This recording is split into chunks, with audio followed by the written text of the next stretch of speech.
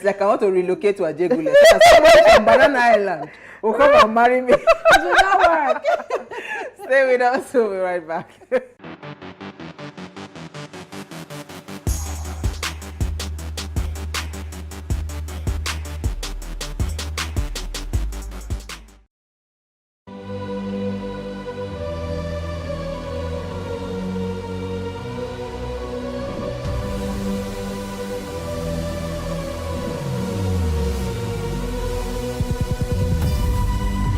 What we do not understand, we will stigmatize.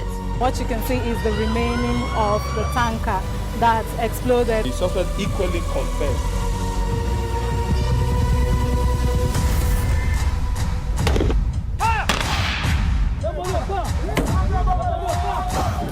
A 500 naira they collect them. If you no talk, then go beat you. Now 2,500 they pay.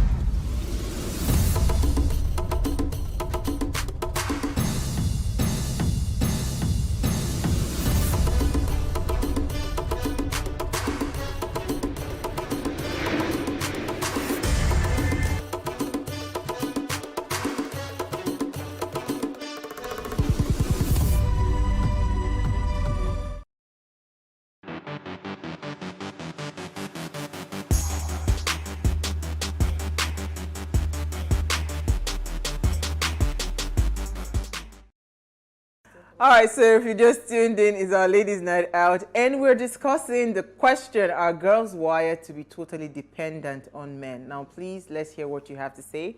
Remember, you can join the conversation. Send us an SMS or WhatsApp to 081-803-4663. You can also tweet at us at WaysHowAfrica1 with the hashtag WaysShow. And our phone line is now open. You know the rules. Turn off the volume of your television set when you're calling, and the number to call is 07025007749. All right, so in case you didn't hear the audio, in the first segment, we had played an audio where a girl was saying that she doesn't have to do so much. She just needs to stay where she is. It is the man that is looking for marriage. Now then come to marry. So, you know, she doesn't need to have a particular standard of living. So it is okay for her to be anywhere, let the prince, but she does not want anybody on her level. She was talking to a guy. That you are on my level. No. I need somebody that is like above my level. So she doesn't feel like she needs to be part of that journey to increase the leveling. You understand? She just needs to stay where she is. Somebody And be upgraded. And be upgraded. Simple. You know. So, but you know, but let me come to you, Jennifer. Right? She's still there. Yeah, she's there. You know, so you know how young people are like singles, right? How it's almost difficult. Are you still at that point where you are forced to bring down your standards and all of that because you're trying to find a man that would not be afraid of? Because now I think guys are targeting the girls that have High money. flyers. So I don't even understand where this girl is coming from. But let me hear your thoughts. As being single, what do you think the market is like right now? I would say the market is very modest. The reason is this here. I think over time, I've been able to view myself. I've been able to learn a lot of things about myself and what I'm worth exactly out of life, a partner, and all of that. So it's very easy for me here when I meet men. It's very easy for me to meet them out. You have a lot of men. They have money, but they're not all they can bring to the table. What else? Aside from money, please tell me, what else are you giving me? Nothing. So if that's the only thing you have to offer me, then I don't think I can be with you. And I know that our preferences are different. We all have our different choices. We all have we have all the boxes that we expect a man to tick. And for me, I have a good job, do well for yourself and all of that, but then there's so much more to a relationship or a marriage than that. I don't think I've ever wanted to lower my standards just to meet up to a man. Well, I remember when I was moving out of my father's house, my dad goes, "Oh, if you move out, men will think that you're wayward. You have your parents living in Lagos, so why are you going to get an apartment? And why not stay here? Let the man come and marry you." And I looked at my father and I told him, "See, Any man who feels or thinks that way about me because I am going to leave on my own to take care of myself and using my own money, if you feel some type of way about it, then I'm obviously not for you. And then there was the time I mentioned about how I wanted to buy a car, and I got the same conversation again. Oh, if you buy a car, he will think that you're earning way more than he is.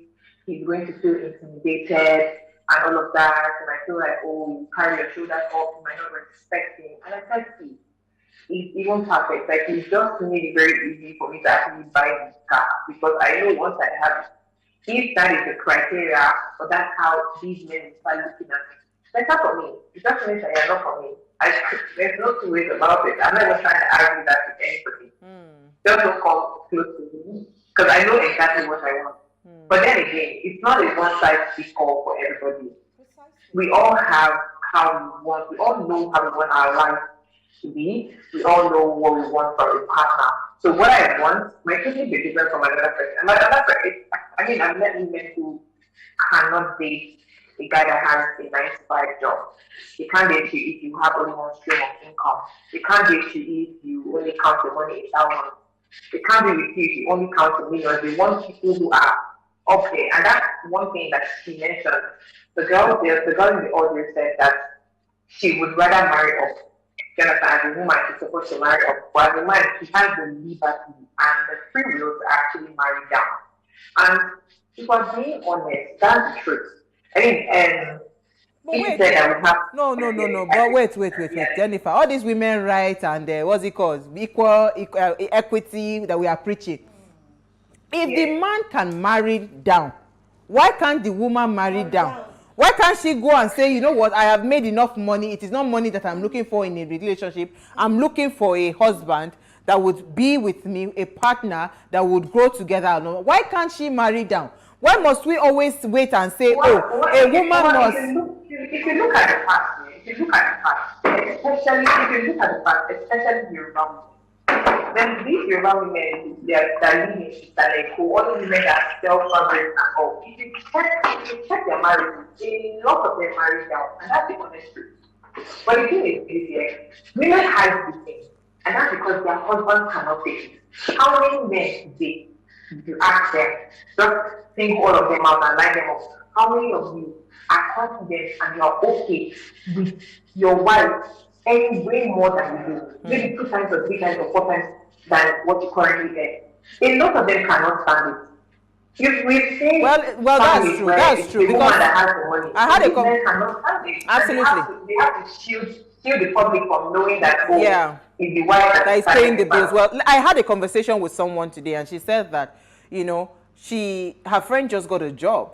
She was promoted. She got a big job, bigger pay and everything, but she needed to be moved to Ibadan. That she had to decline the work. She had to defer the work. Because in all honesty, men can't stand that the fact that some men, let me not generalize. Not all men. Some men can't stand that a woman is independent. She's doing things on her own. She's making a lot of money. So again, you see, this thing is a big problem. If we say we want to find a solution to this problem, because this is actually eating us up.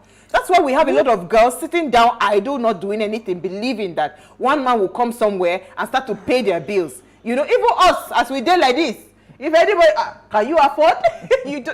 That's the conversation. You see, even women that are married, in the home, they are not even thinking of, how can I match up whatever income that hobby is bringing to the table? Because you do not even, it doesn't occur to you as a woman that you actually can do things to also earn, if not even higher, than the person that you're with. So we've just been wired to just be docile. If I may step in, another thing you need to also consider in this aspect of earning higher and lower, and the fact that the lady in that audio stated that she didn't want to deal with someone who was on her level. To marry down. Yes, to marry down. One thing you should also take into cognizance is it's not about the environment. It's about the person you are attracted Absolutely. to. Some people might just find themselves in that particular environment, but they do have a lot to offer. Basically, the way they're thinking, their intellect, their aspirations, their visions, what they want to do. I've seen a situation, not even once, not even twice, I've seen a situation whereby we have individuals who marry, or ladies who marry people who are of a lower pedigree, and these are the men at the end of the day that actually left the family. So there are other things like that that actually occur. So you can't say... Can't generalize. Let's take our first caller for the evening, Abraham from Abuja. Thank you for calling. Yeah, good evening. Hi, Abraham. I think I'm enjoying this topic this evening because I earlier had this conversation with somebody. And I think I'll just pick up from where one of speakers talking from. Abraham, we're having difficulty hearing you. Can you hear me? Yes, we can hear you now. Okay. I'm saying that I'm picking up from where one of the speakers left out, saying that some men cannot stand their wives earning more than them. Yeah, go ahead. I think that's supposed to be a conversation between the husband and the wife, agreeing, understanding each other's role. And if the woman understands that my husband is my husband, so because I'm earning more than him and I'm supporting the family, doesn't displace him from who he is, I don't think there will really be an issue. Thank you. That's one. The second thing is, are we wired to be dependent on men? I think from home, usually before now, generations before now, it wasn't like this. I think it's time that is changing, that is bringing this conceptualization and is really affecting the society. So I just think it's a good topic you guys are treating, and maybe all right, thank you, Abraham. We're having a bit of difficulty hearing you, but I think I got the crux of what you're trying to say. That it's supposed to be between parties. When you say that earn more than whatever, it is between the man and... Well, that's true. Every relationship is actually unique. Some men are comfortable, and, just allowing the woman to go and be the high flyer, get all the big bucks and all of that. I get you, and you're 100% correct. Let's take some comments then. Okay. I have this one from Mufoma. So it says, hello, Ways ladies. Norma, your analysis of the subject matter is spot on. Men date, marry down to a woman who looks up to them, respects and appreciates them, but women marry up to a man who can provide and they can revere. In the animal kingdom, females watch males fight, sometimes to death, and the victorious male is usually strongest and healthiest, has mating rights with the female to father the next generation. Okay. But we as humans have evolved an economic system based on money, where you don't have to physically fight, but have to provide economically for school, health, holiday, domestic staff, etc. Men derive satisfaction from providing and protecting, and women derive satisfaction from nurturing with available resources. It's female hypergamy and is present in animals and humans. Real men should accept this reality, but choose a partner carefully. Okay, Thank how you, about Foma. you, Lucy? Well said. What wondrous analysis. Choose a partner carefully. I like that. So this is from Tammy, and he says, or she says, some parents from poor backgrounds push their girl child to go get boyfriend to meet their financial needs. The sense of entitlement and dependency is nurtured and imposed by some society. Okay, Jennifer, you have a comment? Is she there? Oh, she's frozen. All right, let me take her comment. So, good evening, ladies. Society and culture made most girls think that their lives depend on men for survival. Growing up, my dad raised us girls to be independent and ensured we didn't feel inferior to boys. I grew up knowing I can compete with any man. As a married woman working, I expected my husband to provide for our family.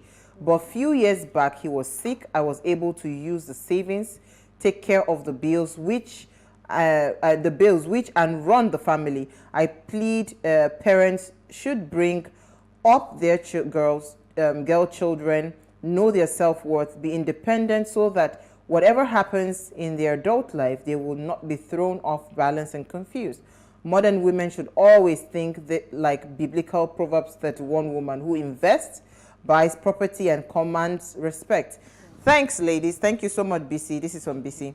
All right, so it's an interesting conversation, right? But you see, this wiring that we have as women, do you think it serves us? You know, but I think I have a caller. Let me take a call first. Tony from Warri, thank you for calling. You're live. Hello, are you there? Oh, sugar, we lost him. Okay. So, so what is it costing us, having us think like this? Because I know that for the longest of time, you know, I made the choice not to have a 9-to-5. I wanted to, you know, because marriage, pregnancy, everything, I wanted to be with my children, to be available to take care of my children again, because you hear all the horrific stories and all of that. But it just happened that time just went by. And, you know, of course, when it comes to jobs, there is a certain age you get to that you can no longer get the graduate trainee jobs and all of that. So that's how life happened to me. You know, but you know, women. Life happens to me like that. But I think we have Tony is back, I think, from Warri. You're live. Hello, are you there?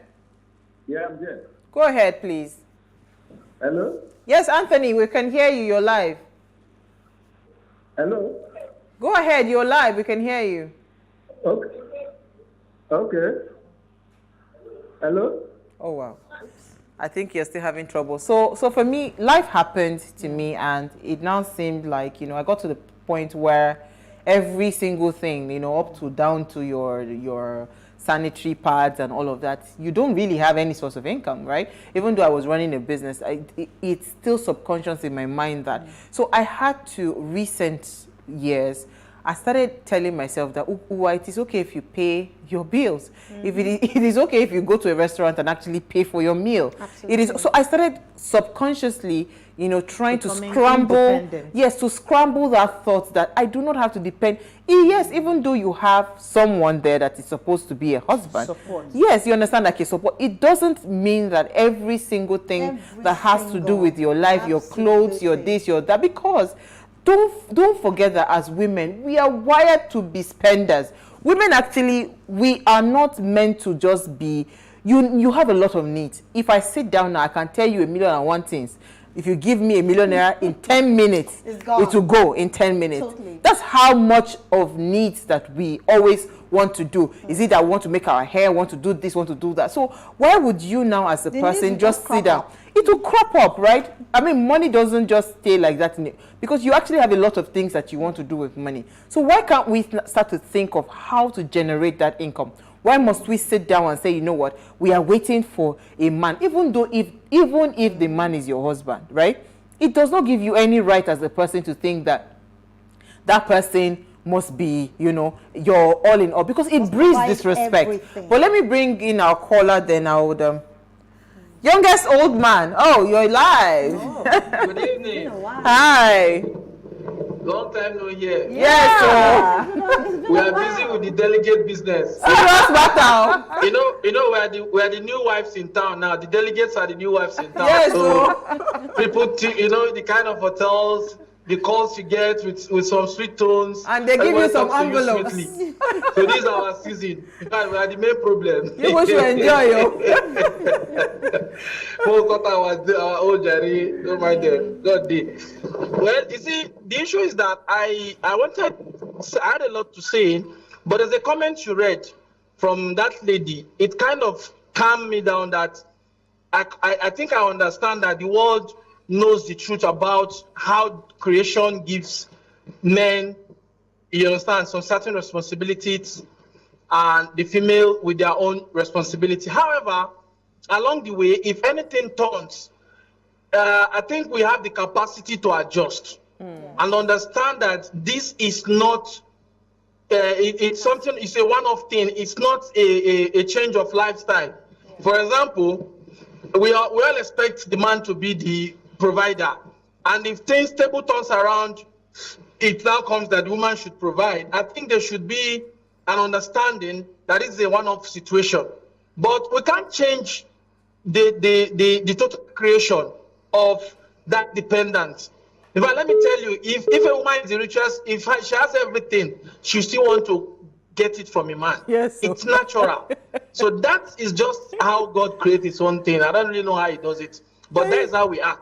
So that lady's comment calmed me down. Okay. So and we need to reread that comment and understand what she said, and that is just the truth. Thank you. All right, so let's take more comments.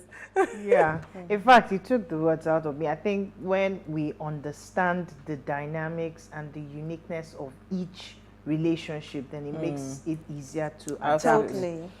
Okay, so I have this comment, and it says, "Good evening, my dear beautiful sisters," or what are you saying? We already know who it is. Yes, Daniel. Hashtag Ways. The question is, are girls wired to be totally dependent on men? The answer is yes, and vice versa.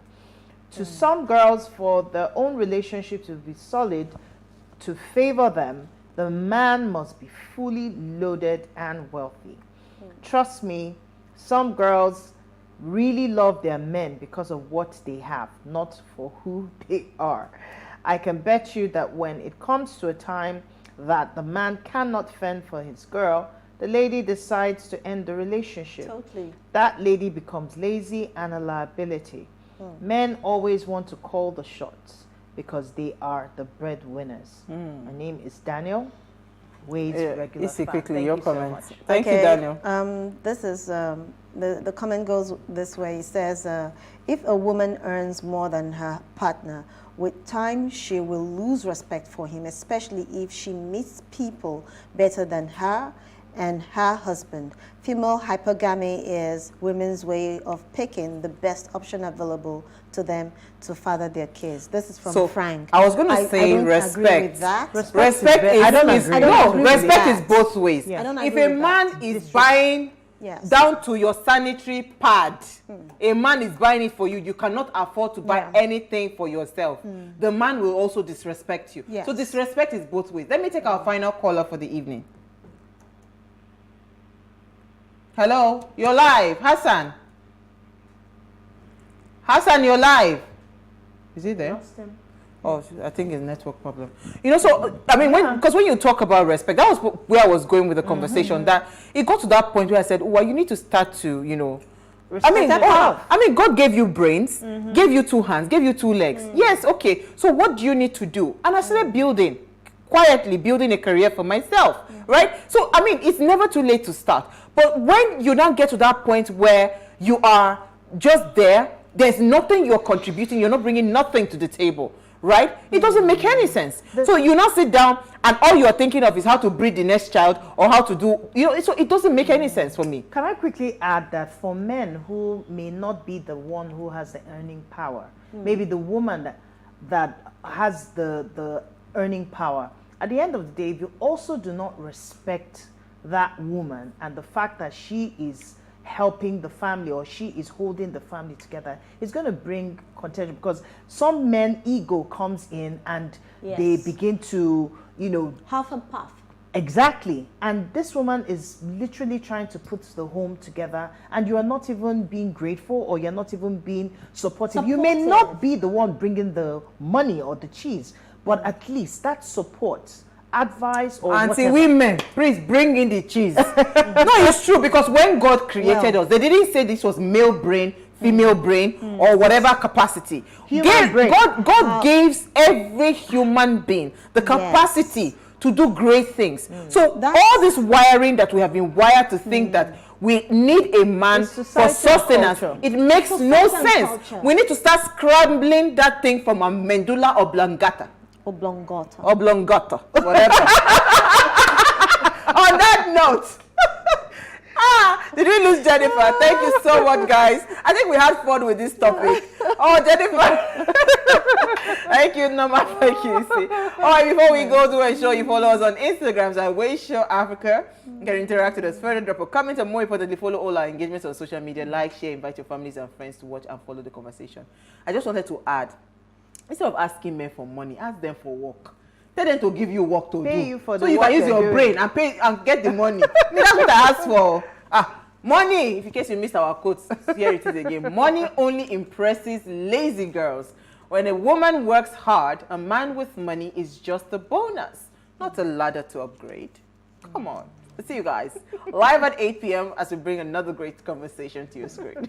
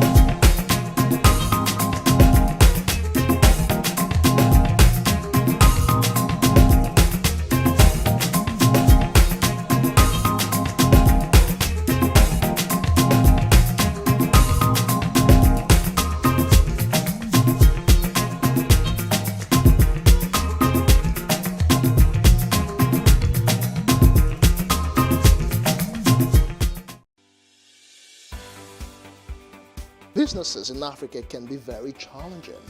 In Nigeria, it is particularly intimidating, and successful builders have learned how to navigate a hostile environment to unlock opportunities. But one major challenge businesses face is how to filter through the noise and identify where their ideal customers exist. Get insight and practical steps from industry players and captains of industries. Hear success stories to help you make informed decisions as you scale your business in Nigeria. Watch Business Insights at this time on Plus TV Africa.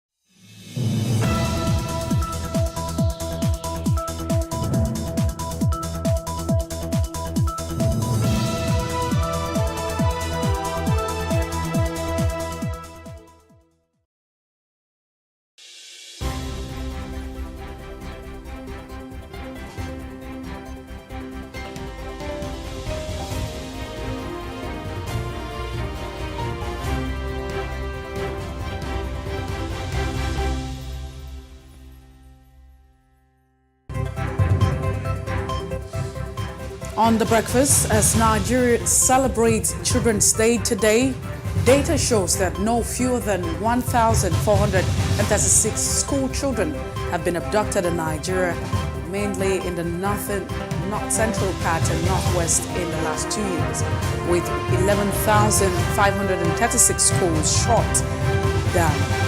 In all of this, where is Lie Shaibu? Also on the breakfast, we take a look at the proposed initiative to promote and develop tunneling and underground spaces in Nigeria as in developed climes.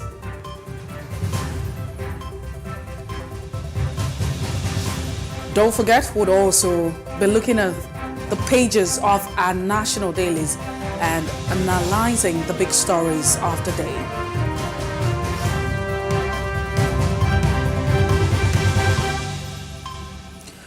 Welcome to The Breakfast, beautiful Friday morning, and happy Children's Day to all of the fantastic, great children and if I say kid now, great children in Nigeria. We wish you the very best right here.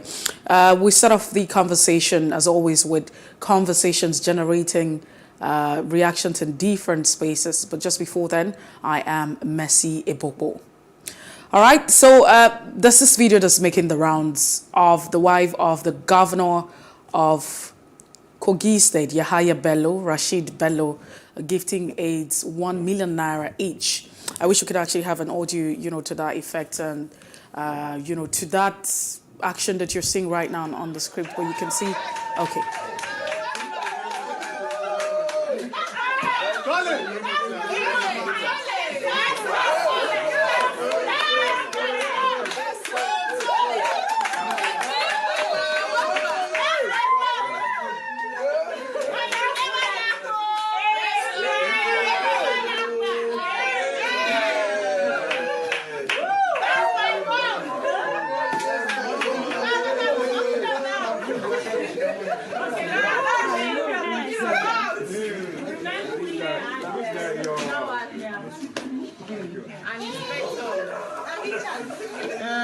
Don't worry, everybody.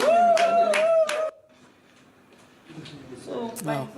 1 million naira each, very exciting for these aides. Of course, you can see that they have their uniforms on and they are super excited. A lot of reaction has been generated as a result of this gift that's been put out by Rashid Bello, the wife of the Kogi State governor. And some people have said it's a state where they're grappling with paying salaries. And even though you have the labor, organized labor in the state talking about salaries not being paid, and then the government responding that we're not owing. And if anyone has any evidence, then they should come out and put it out. So it's a lot going on. I don't know what to say. I mean, can't you see that these officers are very happy? Should we take out their happiness? It's just, very, very difficult to say. But some other persons are saying that it's also a time where you have the elections ahead of us, 2023, and there's a lot of money that will be splashed. It might just be one of it. And some people are querying, how much was actually put out there. What is, the source of all of this money, and how do we get to that point, especially if you say it's a state that's struggling, to pay workers' salary, and workers are not earning enough, and then you see all of that. But I mean, mixed reaction, mixed feelings right there. One can actually not know what to say at this point in time. But away from, Yahaya Bello's wife and, the gift of 1 million naira to the aides, we look at the uncertainty over Banky W's victory. And I'm sure that we have, that video to put out there. So yes, during, that this is a period where you have, why is somebody talking to me now?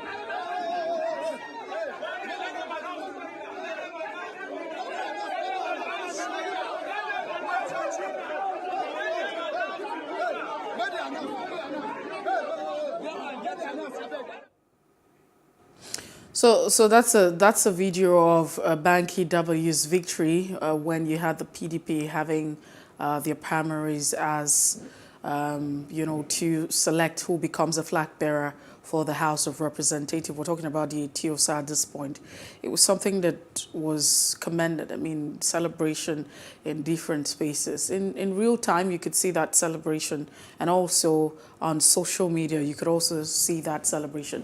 But yesterday, it took a different, turn when we're saying that, the result is different, and then he had 7.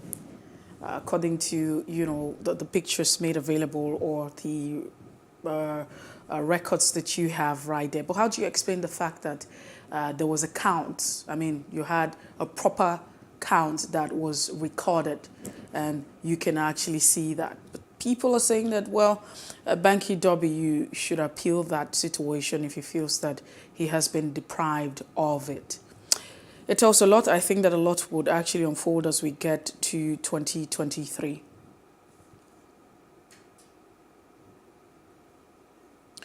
And still on top trending, we look at the Lagos APC disqualifies Guber primary candidates. So that's also a lot of reactions have been generated from that particular one. And that's because some people are saying, why do you have a situation as this? A situation where it could have been avoided even before the primaries. Well, that's so much we can take this morning on Top Trending. We'll definitely step on the brakes. When we return, it will be time for us to look at the front pages of our national dailies. Please stay with us.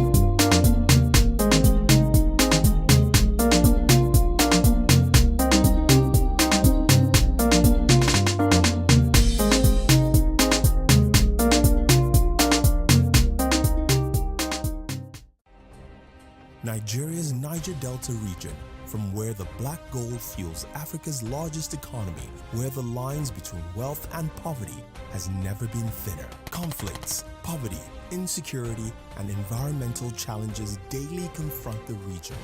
How can the Niger Delta story be changed for the better? Join Mamude Akuga at 9 p.m. every Friday evening on Plus TV Africa as he probes deep in search of solutions. Inside the Niger Delta with Mamude Akuga, the authentic voice of Nigeria's oil-rich region.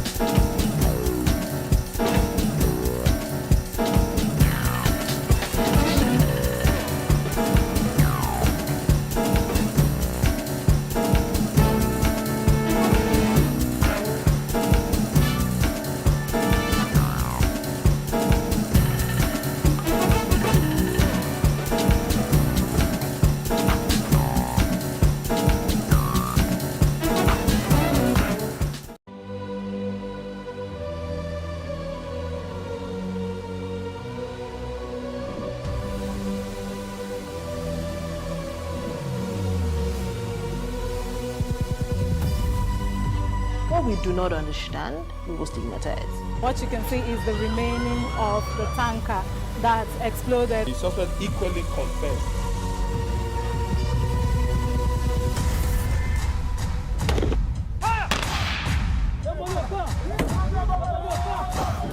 A 500 naira they collect am. If you no talk, dem go beat you. Na 2,500 they pay.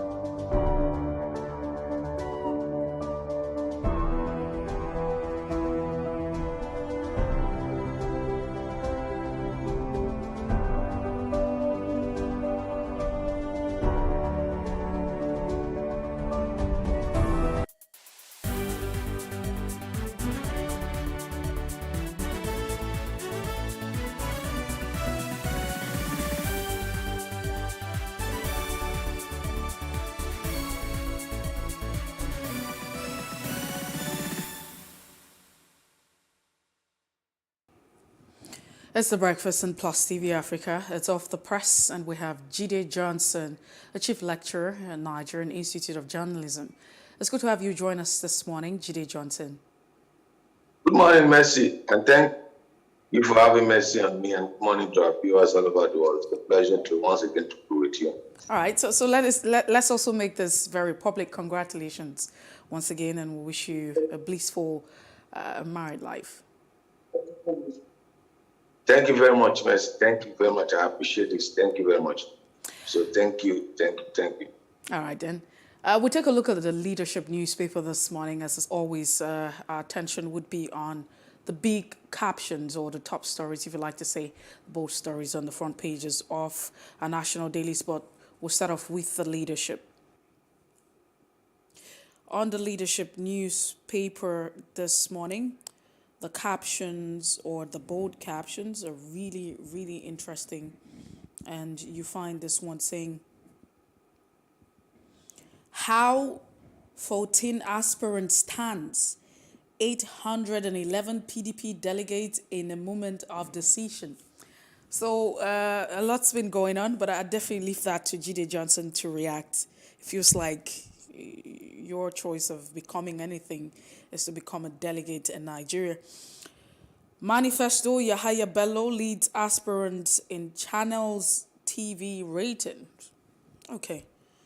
And just away from that, APC primaries, Buni, Sanwo-Olu, Matawale Zulum, Abdulrazak return unopposed. The headlines this morning, not so much on the leadership. But moving away from that, you have the Punch newspaper.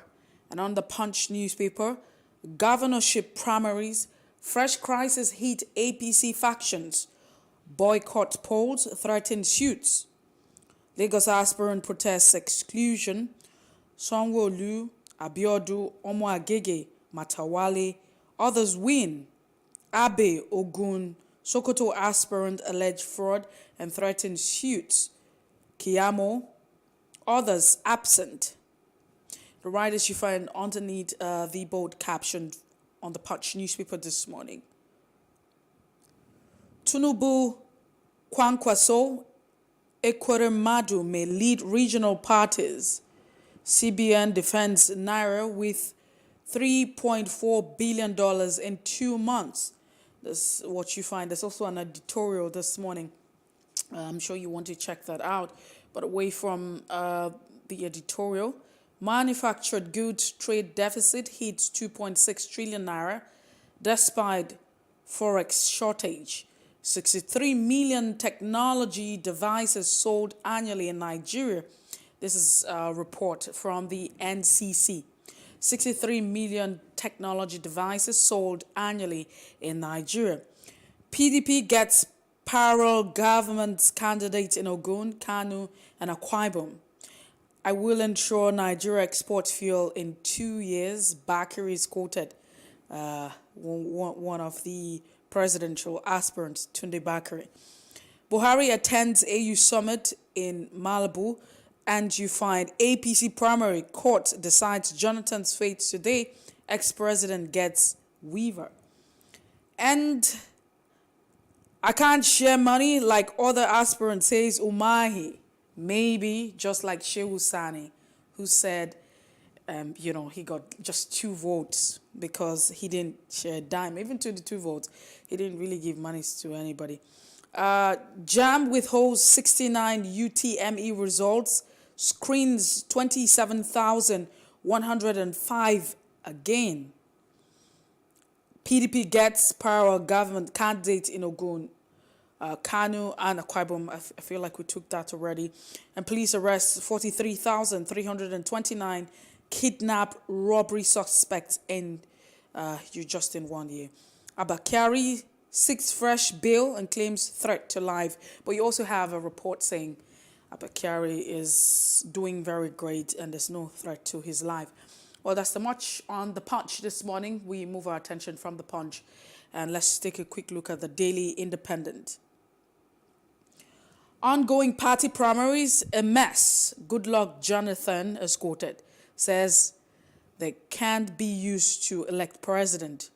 Governor, senators, orders. Okay. Abakari alleged threat to life and seeks bail.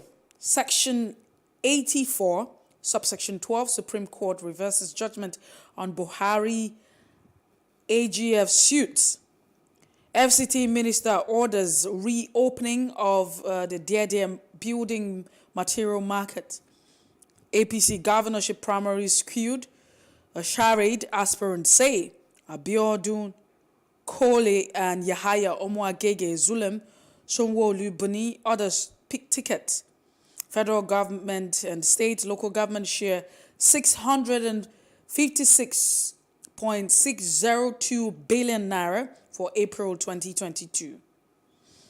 Abacha clinches Kanu PDP gubernatorial ticket.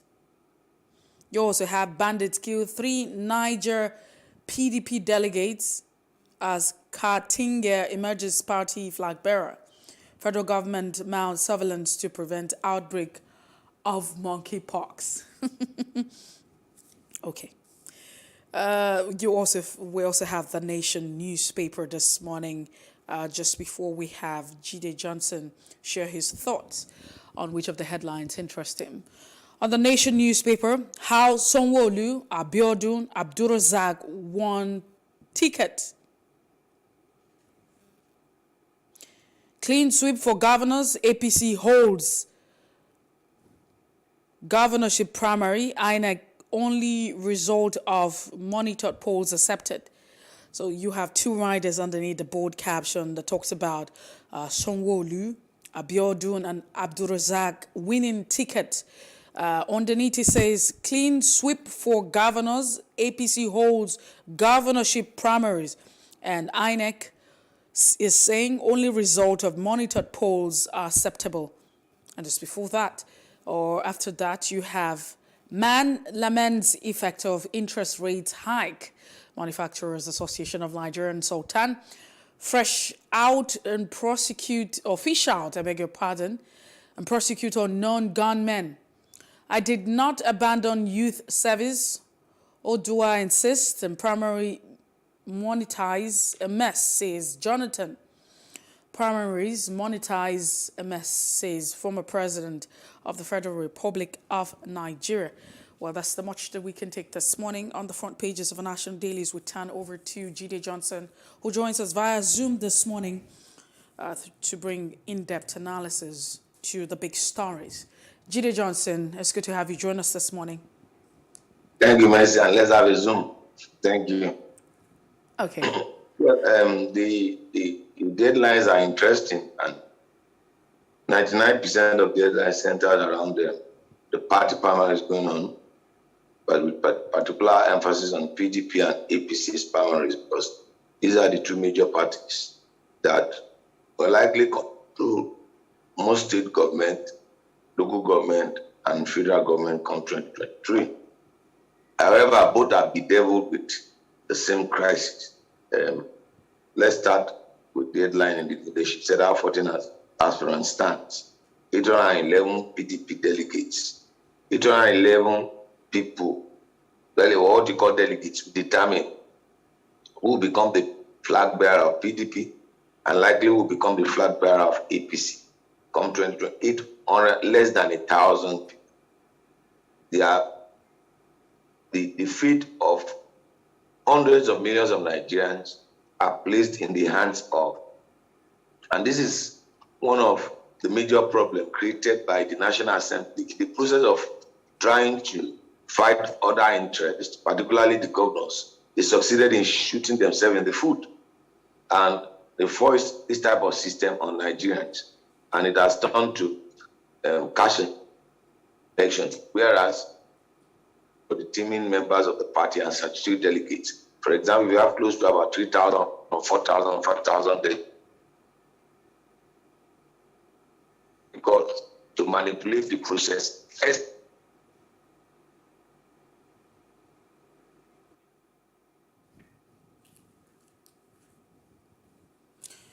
So we're hoping that we have Jide Johnson. We'll take a break. When we return, we'll continue with Off the Press. Stay with us.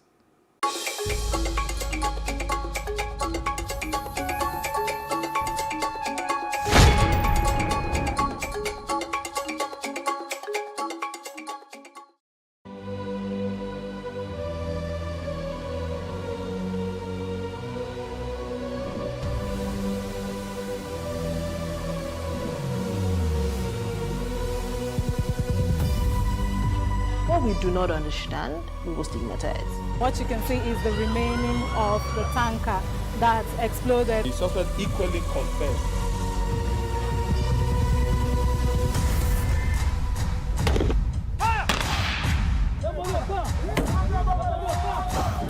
Na 500 naira they collect am. If you no talk, dem go beat you. Na 2,500 they pay.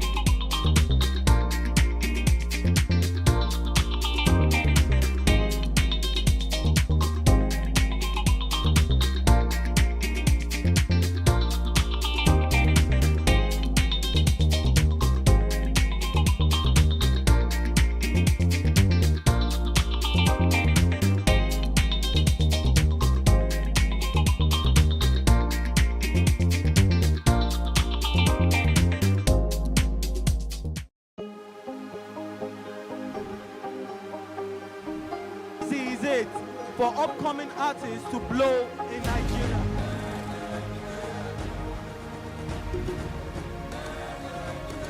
Welcome to Plus Trending. I am Bookie November, your host, saying thank you for joining us on today's episode. Welcome back. It's tea time on Plus TV Africa. Practice makes perfect. I'm not perfect yet, but I'm a lot better than I used to be. He's a king. He's entitled to marry 100 if he wants to.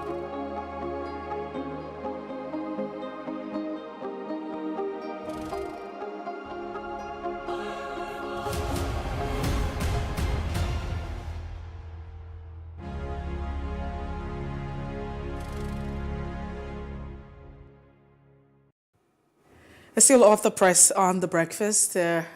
We have Jide Johnson, who is back. We had a bit of a connection issue this morning. But Jide Johnson, it's good to have you back. Let's continue with the conversation. This time we'll look at the Daily Independent. And on the Daily Independent, there's a concern, a serious concern. It's a global concern, as a matter of fact, as regards monkeypox, this outbreak, the fact that we're still dealing with COVID because COVID has not left us. And so the federal government mounts surveillance to prevent outbreak of monkeypox. What do you make of this situation? Well, it's important for us to take proactive actions. I don't know what level of surveillance the federal government wants to put in place, as if a monkeypox is a physical thing that can be identified. What government is it's actually physical. Jide Johnson, the federal government. We've been hearing. I hope you can hear me loud and clear. I can hear you loud and clear. So I think what government needs to do is to educate Nigerians with what is really happening. As knowledgeable as I am, I don't know what monkeypox is all about. So what Nigerians needs to know is to understand for government to go about an aggressive education and communication with respect to this outbreak, so that Nigerians can know and what are the steps we can use to deal with it, so that Nigerians can know how to deal with this issue. Not about mounting surveillance. Surveillance be at various airports, or there are many points of entry into Nigeria, land see and hear. How many surveillance do they want to mount? I think what we need is education on how to deal with this. And that's my take on that. But just like you had mentioned, the surveillance is physical. The government is saying that at different entry points of the country, they are mounting surveillance to ensure that, you know, we don't experience this monkeypox. You arrest it, just like they arrested COVID. Wonderful. All right. Jide Johnson, we need to move away. Very comical, if you ask me. Well, you still have other interesting conversations this morning. The issue of Section 84, subsection 12 is still begging for a lot of answers and generating different reactions as we speak. So the Supreme Court has reversed judgment on Buhari and the Attorney General of the Federation suit.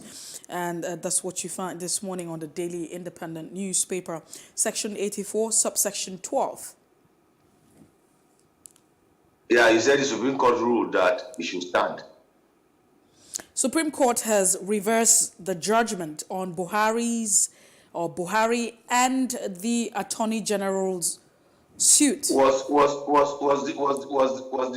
the decision of the appellate court upheld or was it reversed?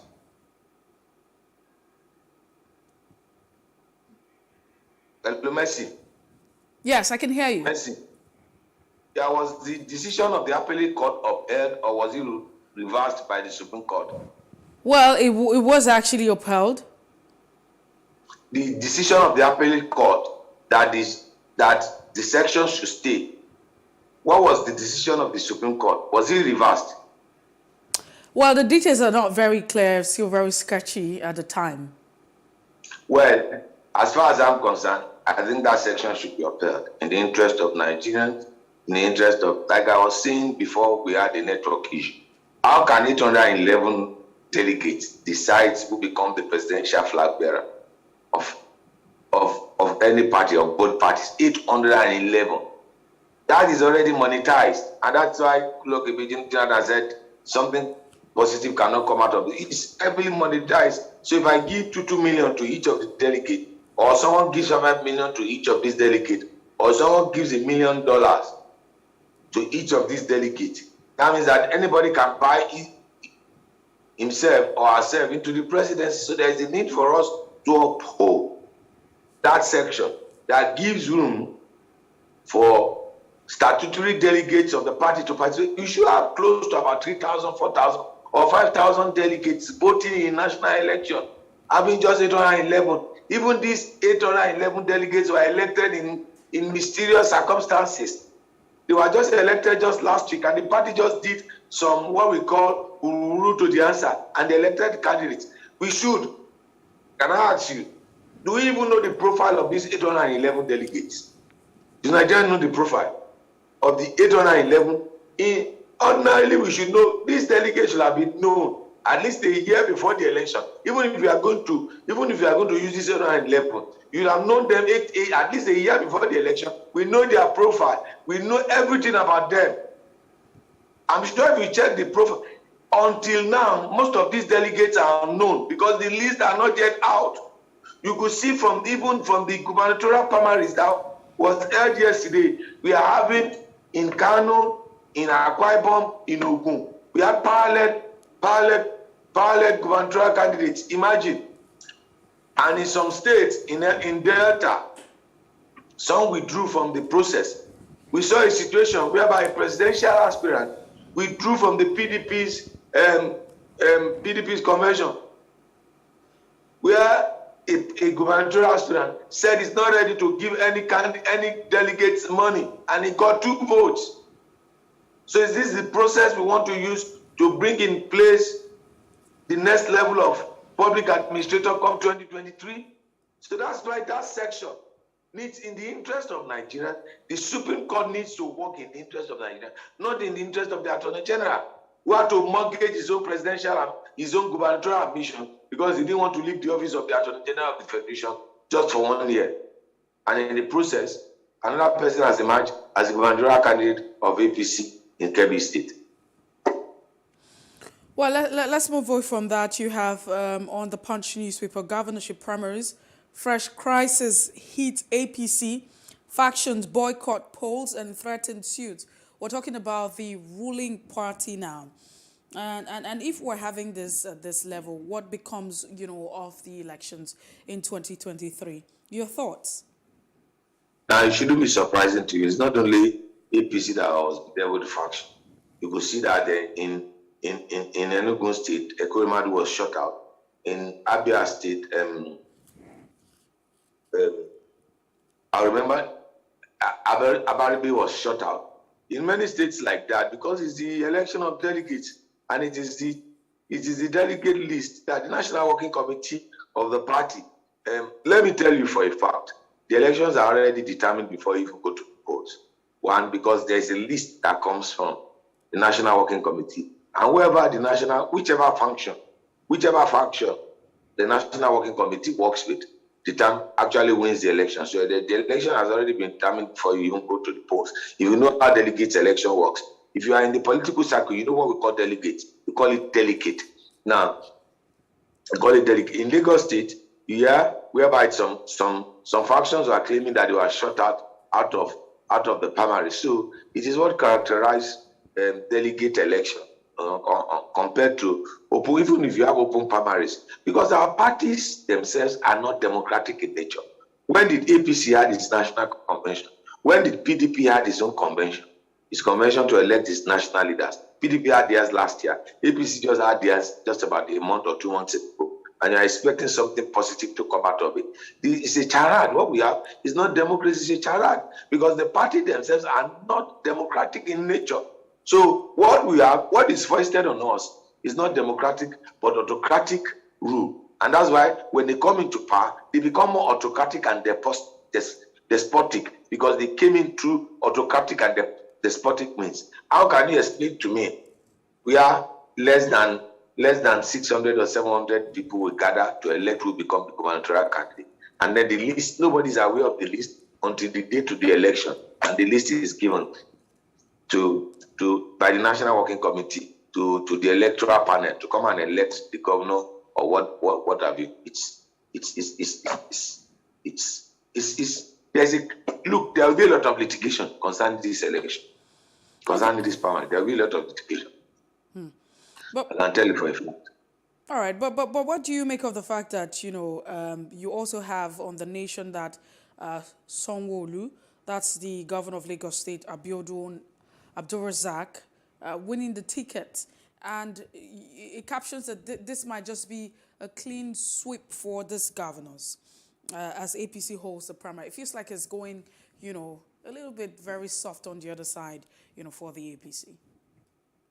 Well, the narrative of the nation, if you check the headline of other newspaper compared to the nation, the narrative of the nation newspaper will go in the direction of APC for now. Hopefully, if their principal did not get the ticket of PDP presidential ticket, you will see that the narrative of the APC will change. They'll become more combative and more aggressive in their approach. So that's how they will be favorably disposed towards reporting APC in the positive light. Now, there were 3 gubernatorial candidates in Lagos. Sanwo-Olu was not the only candidate. He was the only candidate that was allowed into the convention center. For Zulu, we know he returned unopposed, and for some of the governors, they returned unopposed. But it was not the same in Delta. It was not the same in Kano. It was not the same in Enugu and the rest of it. So let's wait and see what comes out of the primaries. But I can assure you there will be a lot of litigation. You could see that in one of the writers of the newspaper, he said that APC factions threatened suit because they were shut out of the primaries. So what do you also make of, you know, the thoughts of the former president about the ongoing party primaries? And he's saying that it's a mess. That is a mess. But there's also, yes, it's a mess, but there are also speculations and, you know, conversations saying that he might just also be, you know, on the table for the APC.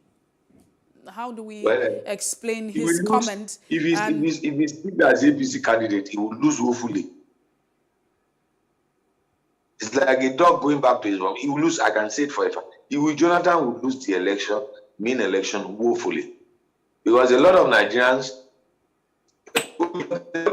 all what the opposition is to recreate the APC campaign of 2015 against it. It's just very simple.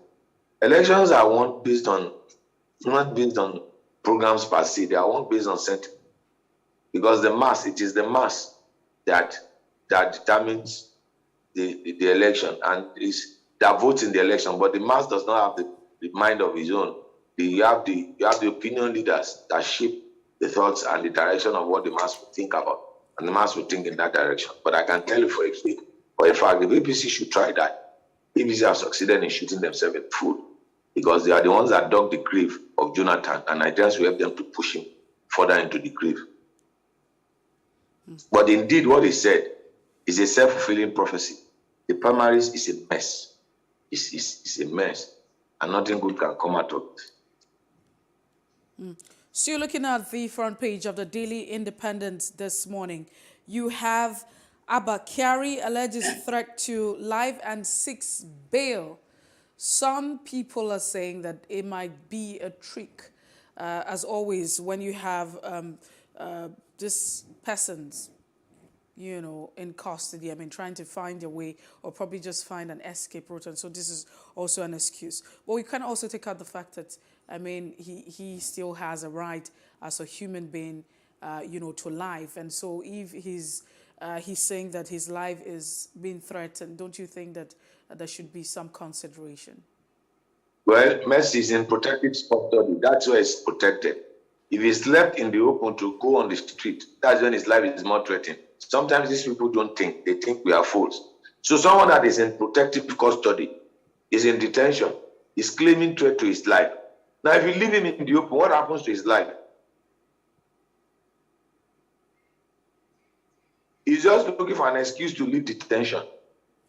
That's just my own thinking. Because he's in protective custody. His life is even more secure in that protective custody compared to when he's granted bail and he's left to wander the street, where his life will be in danger.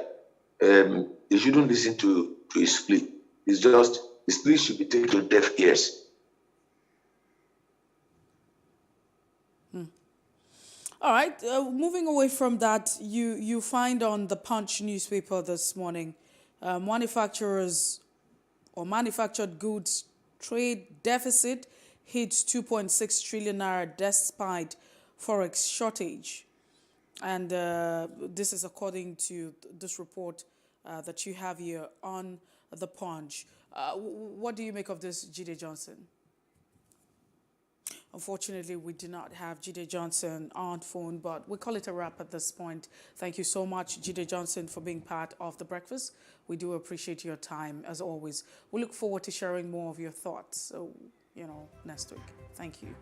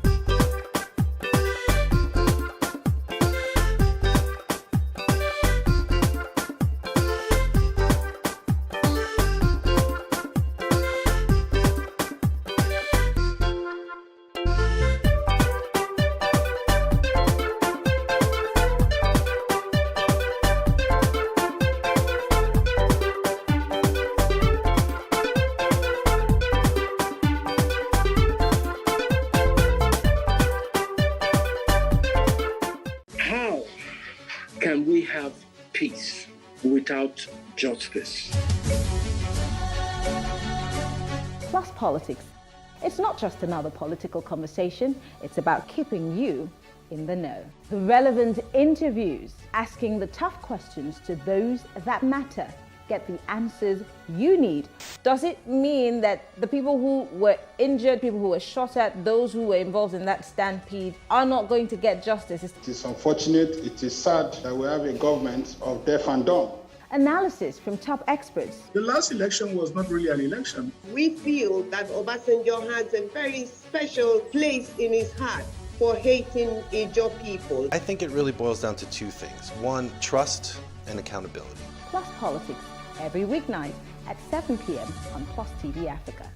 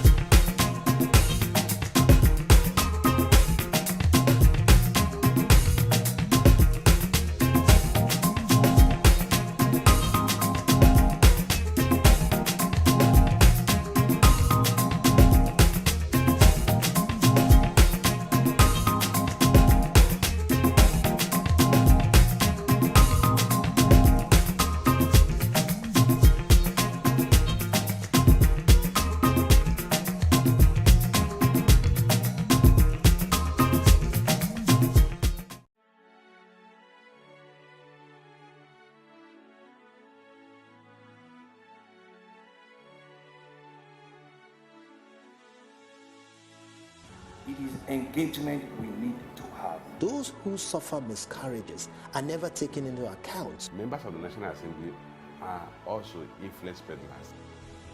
You are sitting on Nigerians' money. From the Babin, I pay my rent. On the Babin, I send my children to school. A consultative engagement. No any tangible notification before they ban us. It's one thing for people to be at your back and the heat of the moment, and another thing for them to still be with you when push comes to shove. I will do everything to take Lagos out of the national grid.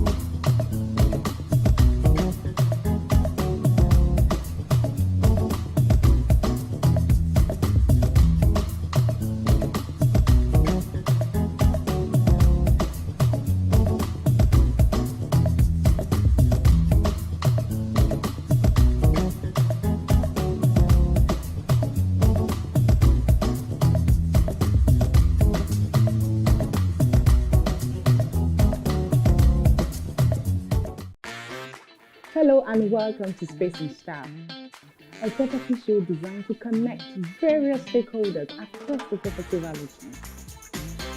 We can also provide realistic solutions and deepen your knowledge about the interesting world of real estate. We shall showcase architectural design, interior design trends, lifestyle and real-time property news updates, and the right way to navigate through property development and investment. Join me every week on this channel as I take you through an exciting journey in the world of real estate. Space and Style, 6:30 p.m. on Saturdays and 5:30 p.m. on Wednesdays.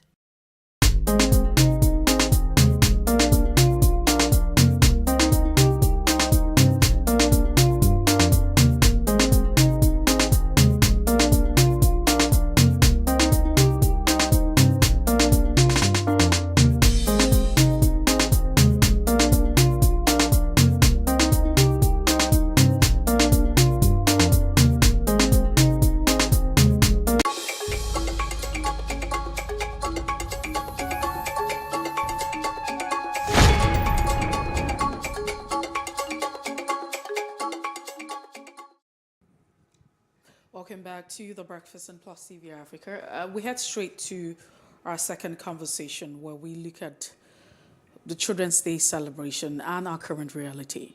Now, as Niger joins the rest of the world to celebrate Children's Day, stakeholders have appealed to government to address issues of insecurity in North and bridge learning gaps among school children in the zone. Since February 2014, Northern Nigeria has experienced at least 10 high-profile attacks on secondary school. More than 1,000 school children have been victims of mass abduction by armed groups. While some of these students have been released, a significant number remain in captivity. Boko Haram has continued to attack schools, abducting students and using them as suicide bombers or marrying them off as girls to soldiers. Attack on school children have many implications for students themselves, along with their families and the country at large. Insecurity focused on centers of learning. It fuels parents' unwillingness to send their wards to schools, thereby advancing Boko Haram's goal for preventing Western education. A recent report revealed that over 600 schools in 6 states in the north were shut down in 2021 due to widespread insecurity. Compounding the situation, children without education can be specifically vulnerable to recruitment by bandits. The wave of insecurity in the northern Nigeria has therefore created a generation of children whose education has been permanently retarded. The shortage of education could also lead to skill gaps in workforce, reducing youth's ability to catalyze solely needed economic development.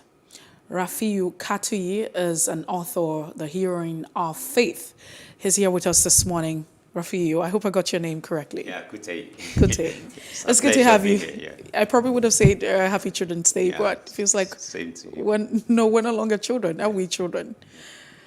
Well, so let's get straight to the crux of the conversation. With all this going on, especially in security, and you've seen the statistics, the data that's been made available, do you think that we should be celebrating Children's Day? Does it call for any sort of celebration? I mean, you have physical events and activities to commemorate this day. Yes, but soberly. We should have sober reflection. But that doesn't mean that we should not celebrate, but soberly. The situation speaks for itself. Going by what just read to us now, before you engage me, the insecurity in the country is alarming, except we choose to shy away from the truth.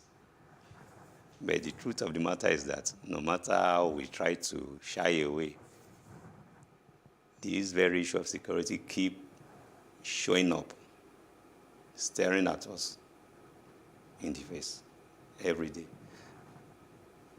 The issue that took Leah Sharibu to captivity, February 19, 2018, is still very much with us. Still very much with us. February 19? Yes. 2019? 18, February 19, 2018. Still very much with us. And right from that time, there have been multiple. My concern is really about Leah Sharibu and her likes that are still in captivity. Let me take it from that point of February 19, 2018, when 109 students of Government Girls Science and Technical College were kidnapped, among which is Leah Sharibu. Even before then, you recollect that there was Chibok kidnap abduction. Then Dapchi. Thereafter, we have a Kangara. Thereafter, we have a Dandume. That one was, before they could take them into the nearby bush, they were rescued. Thereafter, we have Kagara. Thereafter, we have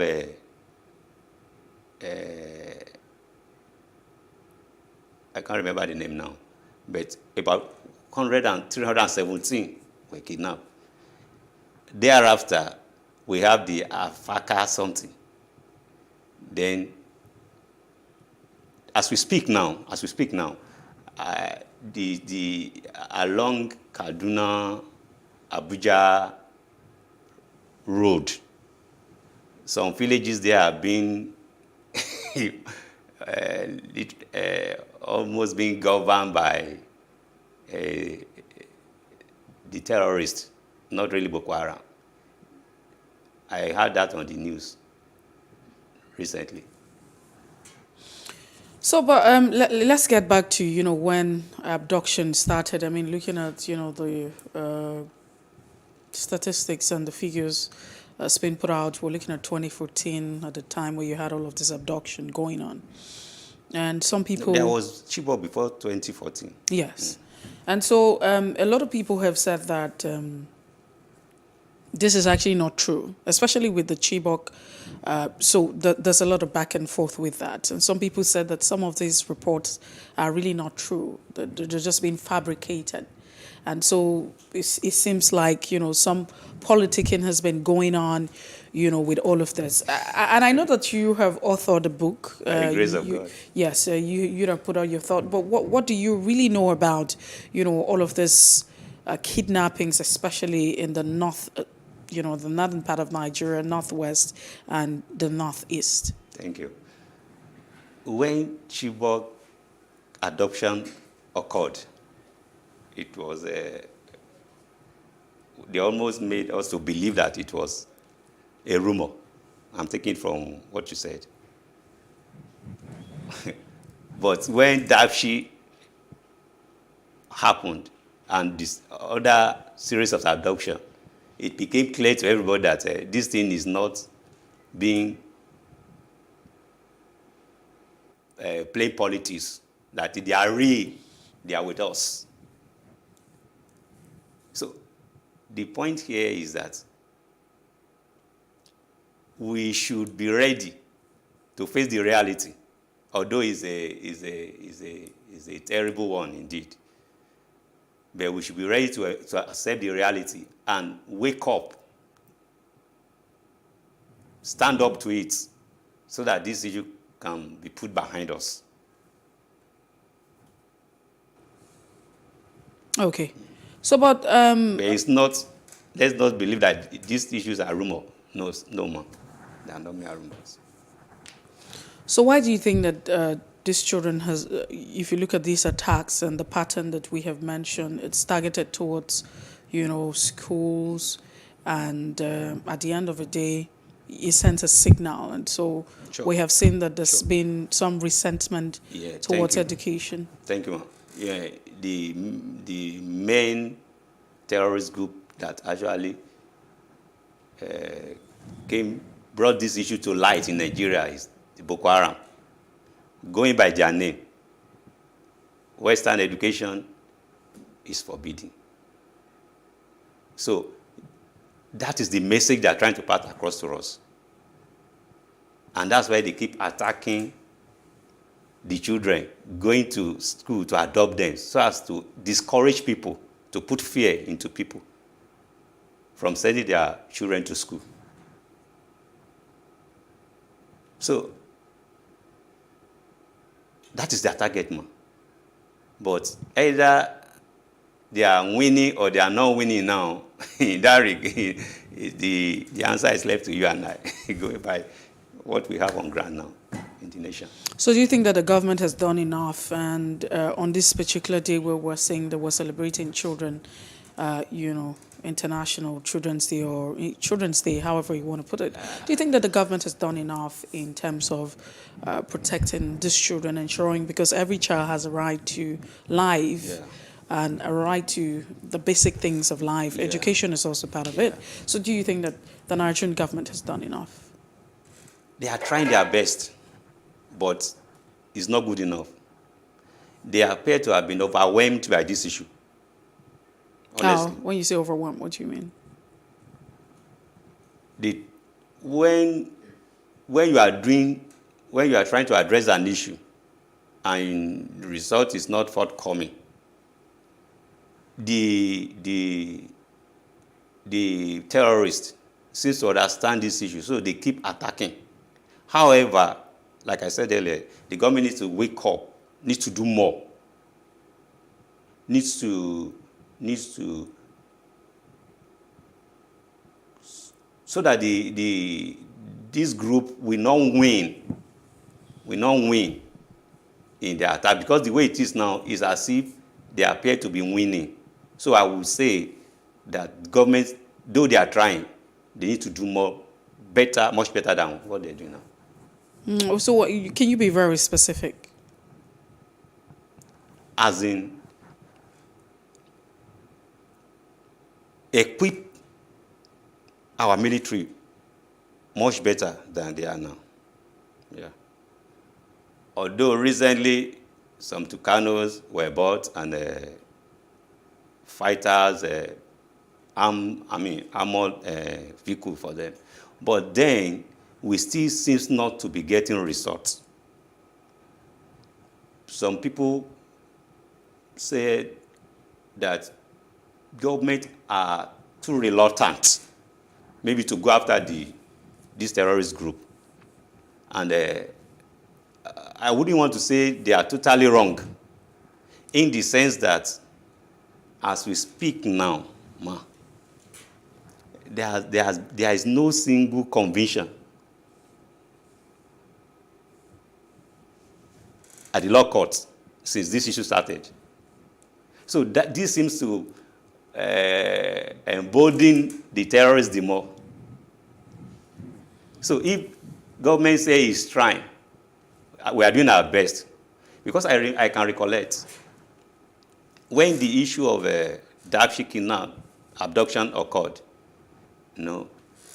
our president referred to it as an issue of national disaster, if I'm right. And he encouraged the military to go up all out after the kidnappers. After about 4 or 5 weeks after, some of them were rescued through what they call the behind-the-scene arrangements. So, what I'm trying to say, man, is that what the government has to bring to the table needs to become more obvious to people. Although they are trying, I would not really want to blame them, as in, put the blame squarely at their feet. Although, let me just round up this point now. Our constitution put it on their shoulder. Our responsibility of security, the issue of our security and welfare is primarily the responsibility of our government. So they should not shy away from that. They should do more. They should do better than they are doing now. Just before I get to the other question, okay? We know that when in about 2014, about that time, shortly after you had the 257 or thereabout, if I'm not mistaken, abduction of the Chibok girls. Yes. You had the Safe School Initiative as an idea that was launched. I don't know if you're aware of this, but it probably might just be, but I'll put it to you. The reason for launching that initiative was to assure safety of, schools. And so one of the ways to ensure the safety of the schools was to go about with perimeter fencing, because we know that some of the schools that are located in the northern part, a lot of schools, not necessarily in the northern part, but you also have a lot of schools these days, especially public schools, without fencing, and so all of that. So this also was a means to ensure, it was an effort, and then you had sponsors to ensure that you don't have a repetition of this incident. But I'd like to share your thoughts on the Safe School Initiative, because it hasn't really worked. I mean, if we're here now, and if we're still talking about thousands of schools shut down, we're talking about 11,000 and some fraction shut down. And schools, a lot of parents not even being able to want to send their kids to school. What could be responsible? I can remember the Jagara kidnap, which was the highest so far. I think 270. Kankara, is no, it not the Kankara? Jangibi. Jangibi. Okay. All right. Yeah, in Samfara, which still like almost the highest adoption in numbers. One of the released students, said that she will never go back to school. That her life, her dream is to become a doctor. But I want to believe, go by what I experienced, at the hand of the kidnappers. She said that she's not going to go back to school again. So the issue of a wall or fence, this issue is bigger than wall, because many times the terrorists will break into the wall and enter into the school. I think the government needs to provide, particularly in the Northeast, security, feasible security around and within the school, beyond the issue of that's part of the security. Yes, but we should not just narrow it down to building walls around the school. That's what I'm trying to say, man. There should be physical presence. Because the way it is now, we need to stand up to this issue, man. Honestly, we need to stand up to this issue. Because how many of these schools are being guided by the police or the military? Even as we speak now. Maybe some distance away, maybe some checkpoint here and there, but not really around or within the school. Or even when they are within the school, by the time the terrorists appear, they seem to overrun the security and do whatever they want to do and move away with these children. Well, some people say that these schools are in isolation, but let's also, look at the development over time. We've had several developments, and so one of them would be the Bring Back Our Girls. It was a movement that was initiated. Do you think that that's also achieved anything? Looking at it, efforts that government has made an effort on one hand, whether it's collaborative.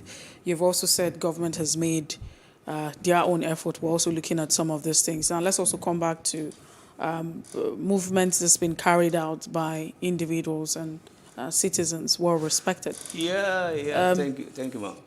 Particularly the Bring Back Our Girls, it seems to be the most popular among these initiatives. Going by maybe the popularity of its convener. I don't know if you permit me to mention. Go ahead. Yeah, Dr. O.B.S. Ekwesili, who happened to help to be the person that forwarded the book recently released on Leah Sharibo. But in the process, there are so many actors, state actors, groups fighting, raising their voices concerning the issue of school adoption and terrorism and what have you, insecurity, generally in the country. Hardly you listen to news that you will not see people talking about this issue. So what I'm trying to say is that let's not say that maybe we are not achieving results. It's better to talk than to keep silence. Somebody said, when you keep drumming a drum, it will get to a point some people will start listening to you. Although it could be, it appears to be frustrating, because it's like, as it is now, most of this talk, most of this campaign seems not to be achieving its desired results. The same thing, another thing I also discovered, because it's of recent that God just used me to write a book on Leah Sharibu. And I believe God also wants to give me a voice. We'll get to that point. Okay. We'll definitely get to that point, of your book. But let's also, stay with this now. In all of this, because it's really worrisome. Yes, worrisome, yes. Why has it looked like, or why is it looking like it's a hopeless situation? Why haven't we been able to protect these children, our children, from these bandits? Now it looks like, banditry has become a political weapon. Why are they so emboldened from Boko Haram, who are having different names and different groups emerging, and they seem to be carrying out one and the same, objective, however you look at it. Yeah. Kidnapping, whether they're not kidnapping school children, but they're kidnapping people. This morning we just stayed with, the fact that the attacks has been in schools. Recently, if you look at the population for student writing examination, the states like Zamfara was excluded.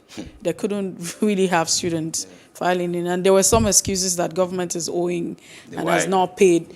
And some people feel like, that's also a hoax. It's not true. Why is this going on? Why is this going on despite government effort? Why is this going on despite the fact that we know that this administration came on the hill that, security would be a thing of the past? Yeah. Why is it going on if you say that government is making effort? Why can't we, rescue these children that are still in captivity, even Leah Shaibu? At the time undisclosed negotiations went on, Leah Shaibu and a few other persons are still. Why did the government not go about? So the question is, why are we still in this situation? We keep asking this question, why? But let me just come. I think that the government need to do more. Like I said earlier, there is no single court case that have convicted, to the best of my knowledge, a single terrorist in this country. So government should not be seen as, I'm choosing my word, taking side. Do you think government is taking side? No, I say should not be seen. But do you think they're taking side? No, I know they're not taking side. Are you trying to be politically straight or choose your words correctly? They are not taking side, honestly. But they shouldn't be seen as taking side, because perception is key here. You will recollect that, I can't remember the year now, that a citizen of America was being kidnapped adopted in this Nigeria. All the way from America, they came down to Nigeria. Nobody knew they were around. They did the job perfectly. It was when they were leaving, they made the government to know that, okay, our citizen that was kidnapped, we have good job, fantastic. That was commitment to issues. So I think our government need to learn from that, honestly. They need to show more commitment. They need to let there be scapegoats. The other time, the world gave us the information concerning the financier of all this issue in our country. I think security issue in our country. How many of them has been arrested? How many of them, to the best of my knowledge, have been jailed?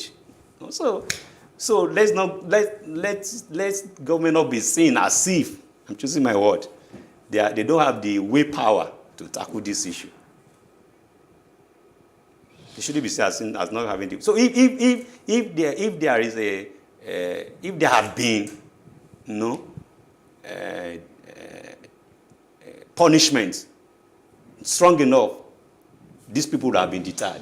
No, but you also have a situation where you have government saying that bandits, these terrorists, they're being reintegrated into society. They're being forgiven.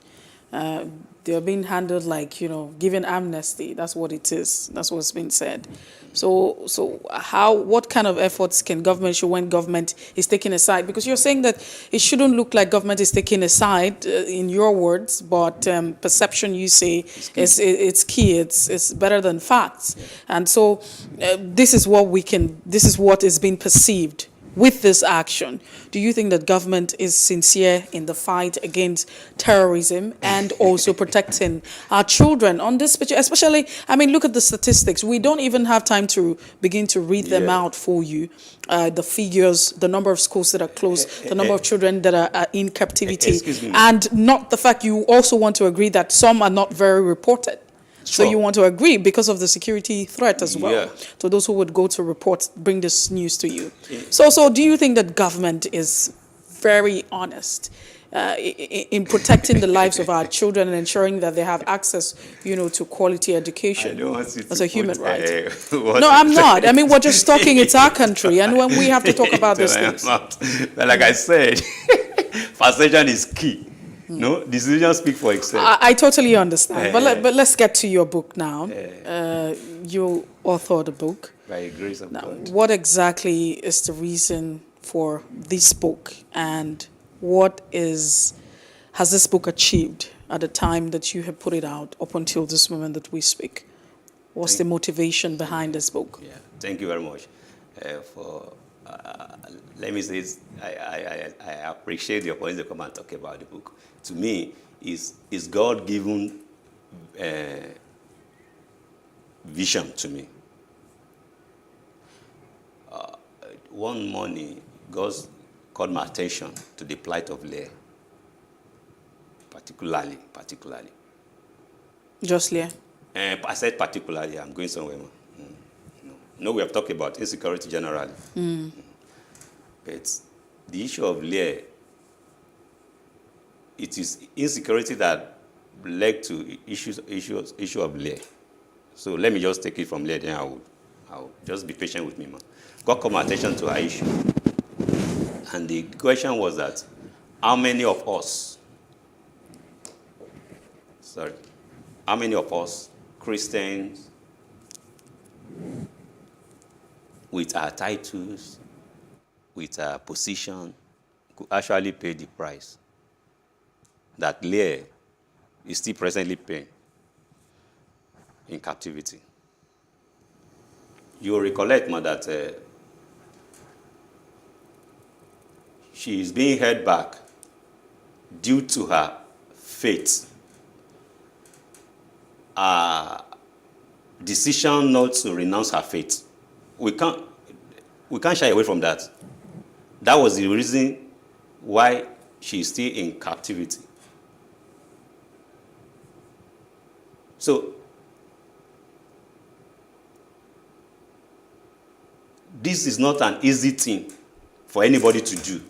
And I think that is the message God is trying to pass across to the world through this little girl. That how many of us will be able to stand on what we believe, on our conviction, in the face of barrel of guns? I want to liken her issue to the issue of Jesus. I don't know if I'm permitted to the issue of Jesus. Jesus became who he is today on the matter of sacrifice. He chose to sacrifice his life for mankind. Which the same thing Leah did, and she still paid the price for that.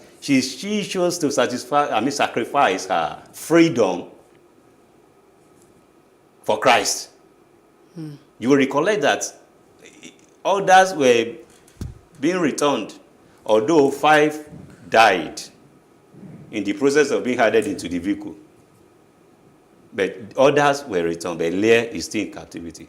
So the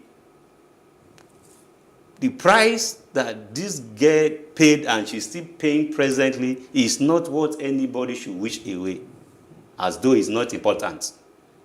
That is the message. All right, thank you so much, Rafiu Kutei, for being part of the show this morning. We appreciate. Rafiu Kutei is the author of Heroine of Faith, and we have been looking at the Children's Day celebration and the fact that you have a lot of children, being under threat of insecurity in Nigeria, especially in the northern part of the country. Well, that's the size of the conversation. We appreciate your time this morning and, the piece of work that you've put out. We wish you all the best. Thanks for the opportunity. And I said, we step on the brakes now. When we return, we will be looking at the next conversation, bridging the gap through tunneling and underground space in Nigeria. Stay with us.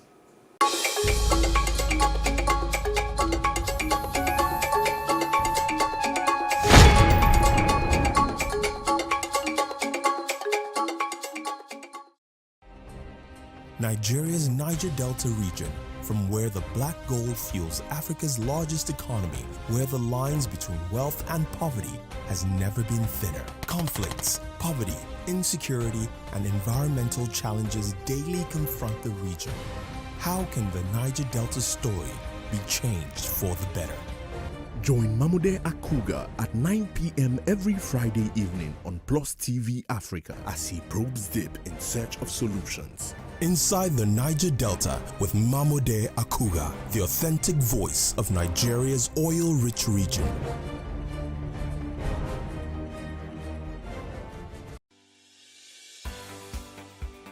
Businesses in Africa can be very challenging. In Nigeria, it is particularly intimidating, and successful builders have learned how to navigate a hostile environment to unlock opportunities. But one major challenge businesses face is how to filter through the noise and identify where their ideal customers exist. Get insight and practical steps from industry players and captains of industries. Hear success stories to help you make informed decisions as you scale your business in Nigeria. Watch Business Insights at this time on Plus TV Africa.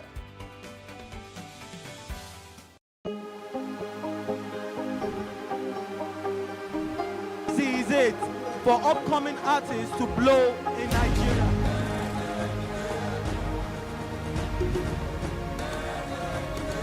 Welcome to Plus Trending. I am Bookie November, your host, saying thank you for joining us on today's episode. Welcome back. It's tea time on Plus TV Africa. Practice makes perfect. I'm not perfect yet, but I'm a lot better than I used to be. He's a king. He's entitled to marry 100 if he wants to.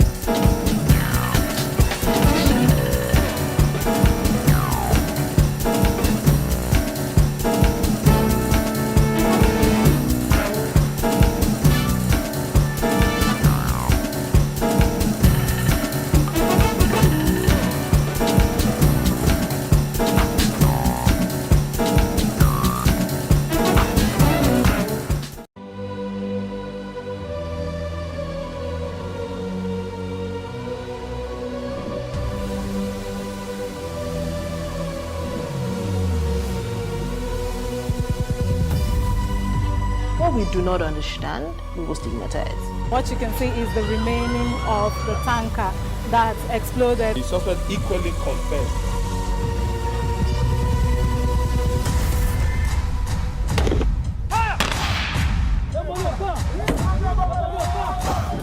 A 500 naira they collect am. If you no talk, dem go beat you. Na 2,500 they pay.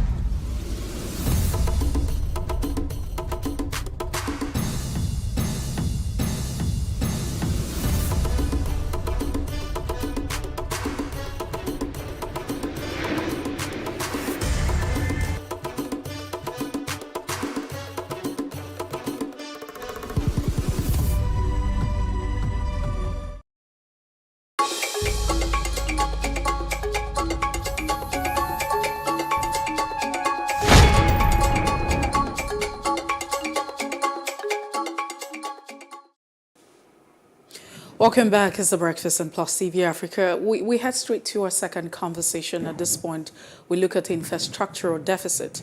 Now, towards ensuring that Nigeria meets the infrastructural need for its population by 2050, the federal government has been urged to put in place necessary legal framework for the adoption of tunneling and underground space technology in the country.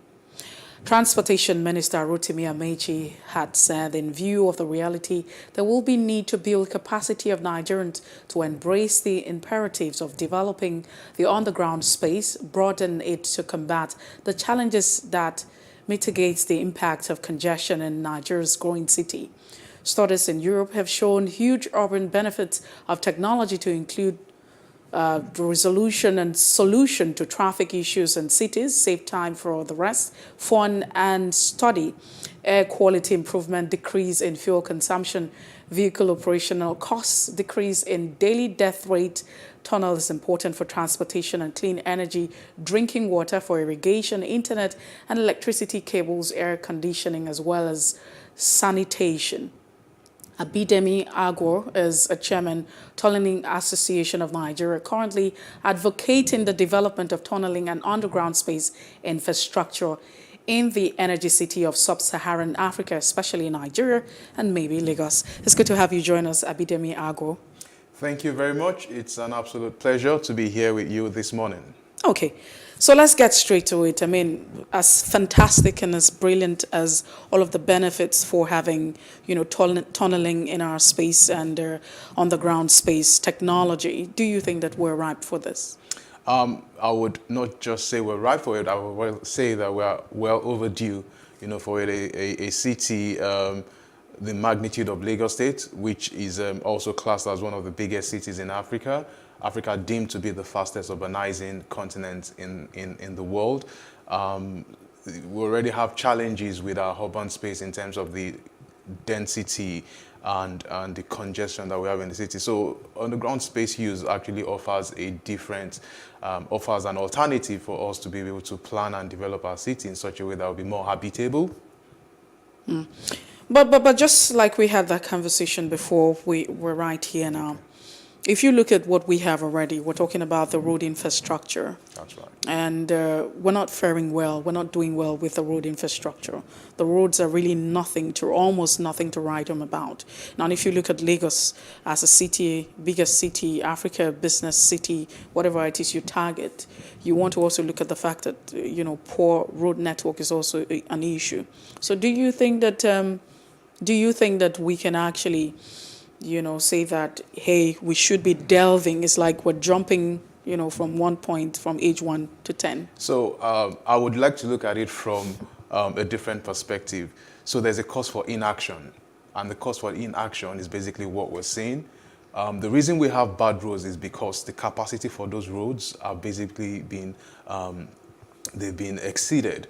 So when we have less cargo on the road, when we have less vehicular movement on the road, and a percentage of the population transits or mobilizes across the city via a mass transit means, then that takes a lot of burden away from the road, and saying we have less challenges with the quality and the roads, because the roads are basically designed for a certain capacity, but because of the population and the magnitude of loading on the road and traffic on the road, it would basically be susceptible.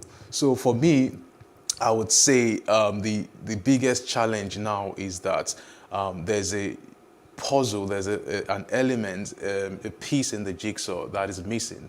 For us to have an holistic or a complete infrastructural network, there has to be an alternative means of moving 24 million people across the city of Lagos. And even looking at different cities in Nigeria as well, Abuja, Kano, as well. So having on-the-ground space use as a means of transporting people, within the city, would actually give us the opportunity to be able to plan our cities in a more holistic way, looking at ways by which we could rethink or reshape the cities so that they can be a lot more habitable, like I said in my introduction. So let's even say that all right, this is fantastic and it should be embraced, just like you advocating, That's right, and every other person advocating that there should be a legal framework to this. How will this work? So Nigeria apparently now is a member nation of the International Tunneling and Underground Space Use, for which I'm currently an executive council member as well, representing Africa. We have the benefits of hindsight. So there are a lot of countries, there are 78 other member nations that have developed tunneling and underground space use, and there's a lot of lesson learned that can be leveraged on. And so we have the opportunity to learn from other countries, developed and even developing countries, on how we can look at the conceptualization as well as the implementation of tunneling and underground space. And the biggest mistakes now, when you look at countries like China and India, is that when you look at the development of your infrastructure, we need to adopt what you call a collaborative approach, where we have it's basically we have professionals collaborating from the early phase of concept development. So for this, for us to be able to achieve this, would basically need to start leveraging on the information we have from other countries as to how not to do it, basically. So. Okay, so but the how not to do it, do we also need to factor in? I mean, let's come back to some current reality that we have faced in Nigeria, or in Lagos as it is. We've talked about buildings collapsing. That's right. Right. And so several buildings have collapsed because the relevant authorities or stakeholders have not followed the entire procedure. And then certain conditions needs to be met. And so you would say you have to meet maybe the geological condition or, the hydrological condition. Do you think that, our climate, that we can meet all of this condition before thinking about all of this? So all these are basically ethical and, compliance issues. It's a different, it's a different cup of tea, and it's all down to leadership. They will say everything rises and falls on leadership. And of course, for the example of building collapsing, I know that developed countries, especially the United Kingdom, also went through a phase where they had, some of these challenges, and there was a response. And I believe Lagos State government, when we had the last couple of few collapse, responded in a way that basically looking to address, the regulation, looking at regulation. And that's what we need to do. We need to respond to a lot of these incidents or events that are catastrophic or that could be detrimental to or fatal, for people, and implement the lessons from this across board. So we're not just looking at buildings. We're looking at maybe, things that have to do with NAFDAC. We're looking at different sectors and ensure that there is compliance. And like I said, it's all down to leadership. And you rightly said, there are protocols that needs to be followed in terms of developing on-the-ground space use. And if those protocols are not followed, there will be consequences, just like any other engineering project or any engineering intervention, where you'd set out guidelines. And the expectation would be that there will be guidelines, but someone would have to regulate and monitor and manage that. So my expectation is that we would have the right people. It's basically having the right people, but the most important thing is having the buy-in of the decision makers and the leadership to drive this. In other words, it's not limited to a certain climb. Absolutely not. It's not. As long as you have a perfect regulation. Absolutely. And monitoring. And monitoring, that's right. So, and I would say it's just like the aviation industry. The aviation industry is perceived to be the safest. And the reason is that it's heavily regulated and also well monitored because of the perceived high risk of fatality. And it's the same way with tunneling as well. So you wouldn't have a lot of disasters because it's been regulated internationally and there's a lot of experience around it that we can leverage on as a country. So as much as it's okay to be forward thinking and be very progressive in our thoughts, we can also not take out the fact that there are other issues that we are still grappling with. And major on it, these days, it's almost difficult to take a road trip the way it used to be. I mean, way back, you can actually take a road trip. It wasn't a perfect system entirely, but it feels like we're deteriorating as the day goes by. And so the security is a major issue. Have we factored in the issue of security? Yeah. What's going to be the mode of operation to ensure that, those who are going to be plying these tunnels and underground spaces are safe? Look at the trains, the train tracks, or however you want to call it. We're still also dealing with the fact that it's not safe. The airways have been threatened a couple of times, even though we would have not had a major incident. And so where does this tunnel leave us in terms of security? Well, so it's all still down to the fact that I know it's a big challenge. When we look, security is a very big challenge. But like I would always say, it's still down to leadership. At the end of the day, if it's worked somewhere else, then it should work if you have the right people in the right places. And in terms of the planning of subterranean infrastructure for transportation or for whatever functionality we want to use it for, all these peculiar challenges are factored into what you call the design phase. So if you need to have, CCTVs, if you need to have kind of real-time monitoring. As a matter of fact, a lot of tunnels in the world, is part of the international standard requirements, would need to have what you call a control room, just like you have a tower in an airport, monitoring visually activities in the tunnel. So it's a standard operation. And I would expect that this will be adopted as part of the implementation, especially if it has to do with transportation.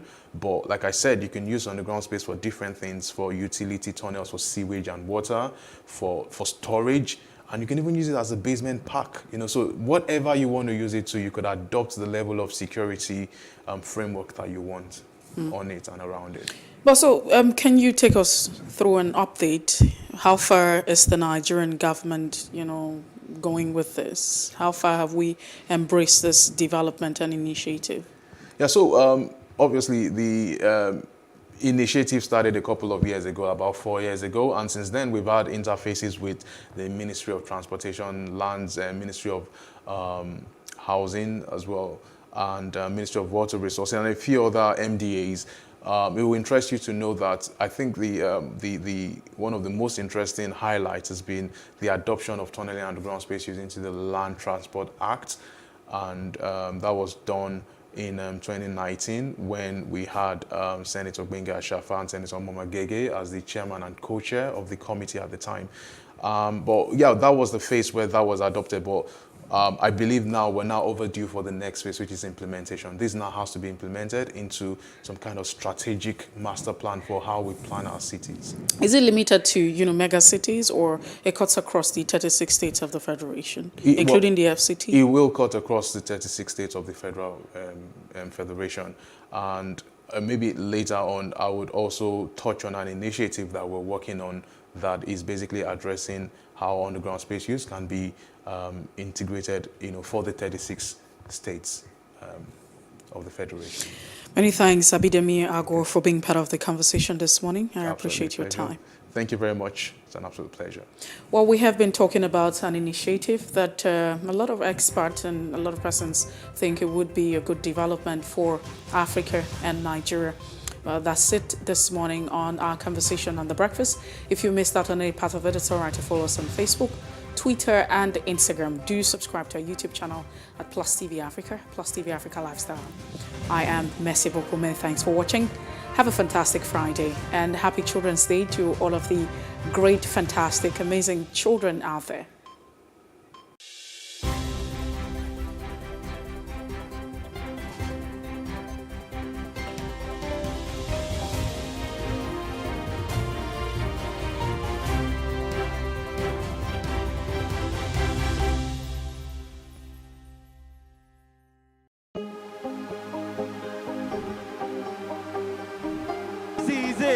For upcoming artists to blow in Nigeria.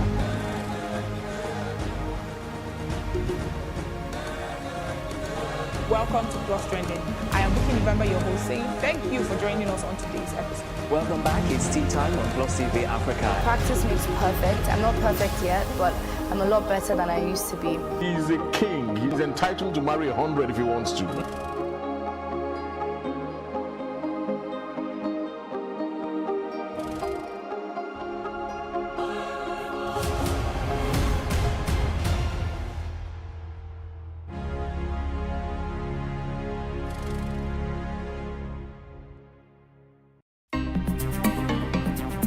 Life can be fun and rewarding, but it also comes with some risk. As in business, you win some, you lose some. And that's why you need to be wise in the choices you make. It's like placing a bet. Again, you need to be wise.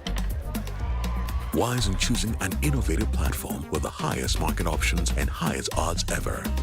That's why Winners Golden Bet, the leader in online, in-shop, virtual, and live sports betting, gives you enhanced platforms that offer you the best chances of winning.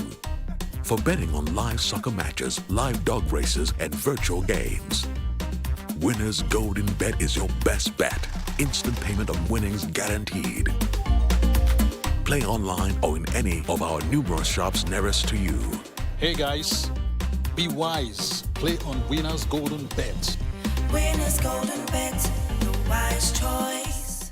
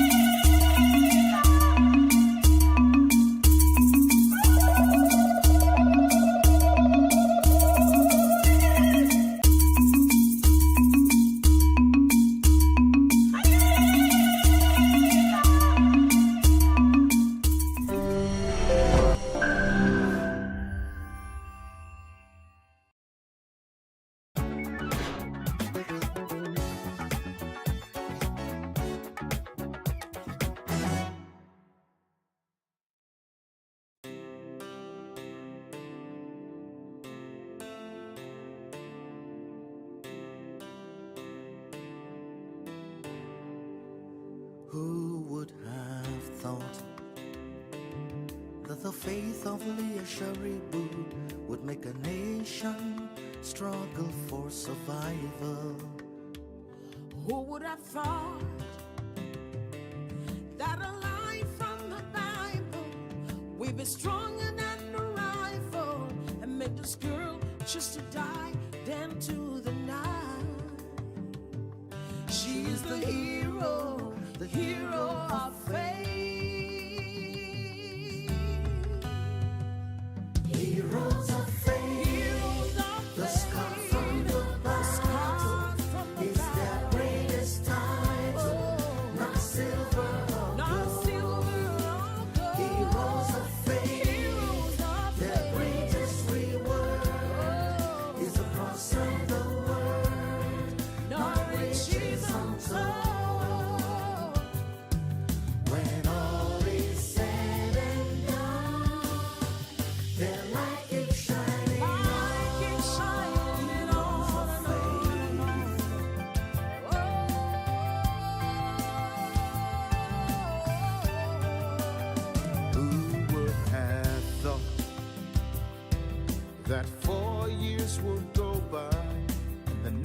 nations would stand by in silence and pretend no wrong was done.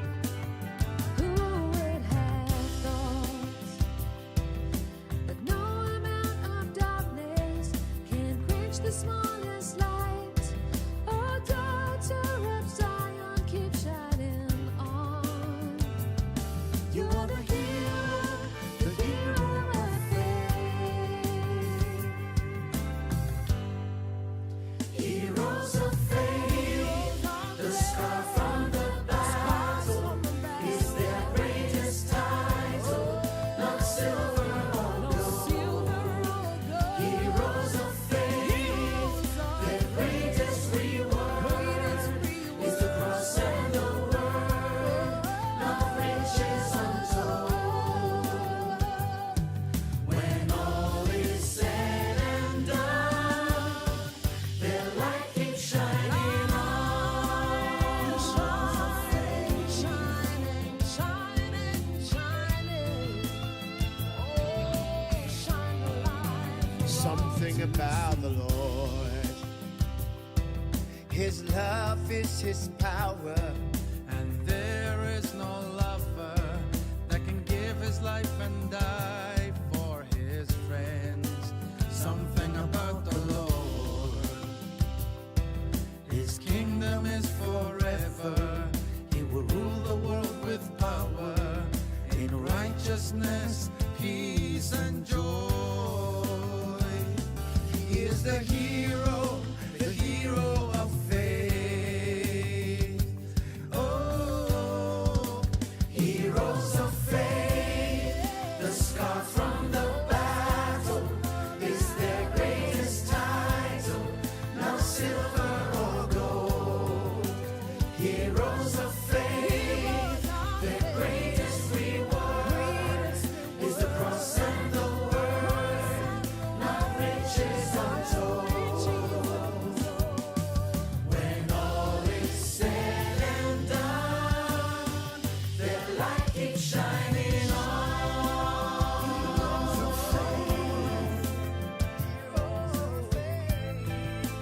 Shining on. Heroes of faith, the scar from the battle is their greatest title, not silver or gold. Heroes of faith, their greatest reward is the cross and the word, not riches untold. When all is said and done, their light keeps shining.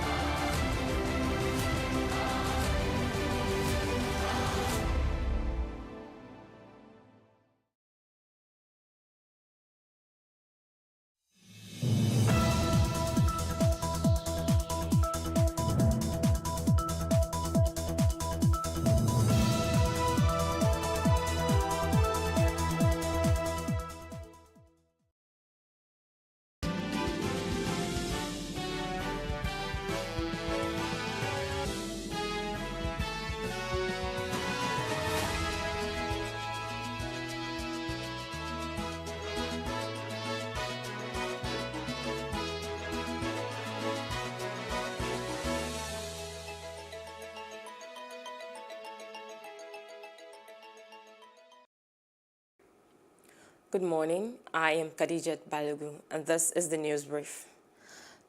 President Muhammadu Buhari says he is committed to ensuring candidates with integrity prevail in next year's general elections. He also mentioned that he is determined to ensure peaceful and fair elections. The president was speaking when he received an All Progressives Congress aspirant vying for the Kano Central Senatorial District seats, Bashir Lado. Lado's meeting with the president comes a day before the senatorial primary elections of the APC. Lado is the immediate past Director General of the National Agency for the Prohibition of Trafficking in Persons.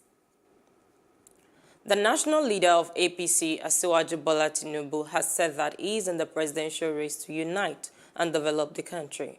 Tinubu stated this in Akure, the Ondo State capital, when he visited to canvass votes from the state's delegate. He said Nigeria is endowed with both human and natural resources, which it intends to put into play if given the opportunity to serve.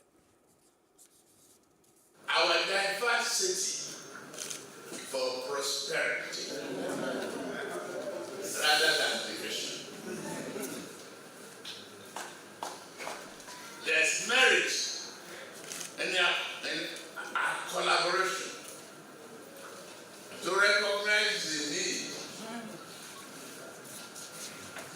of our country much faster. I put our country as a priority. We can cry from morning to night for changes. If we don't work at it, it will be constant poverty. Let us all reflect to ourselves. Is rich is not something you can get easily. Is rich as one of us, maybe as one of the founding fathers of our party. He is very fit.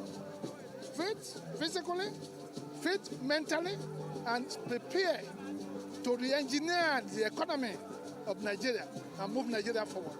If we are going by popularity, if we are going by winnability, if we are going by fame, honestly, APC will be happy. APC will have a good story to tell with Asiwaju leading us in the next dispensation.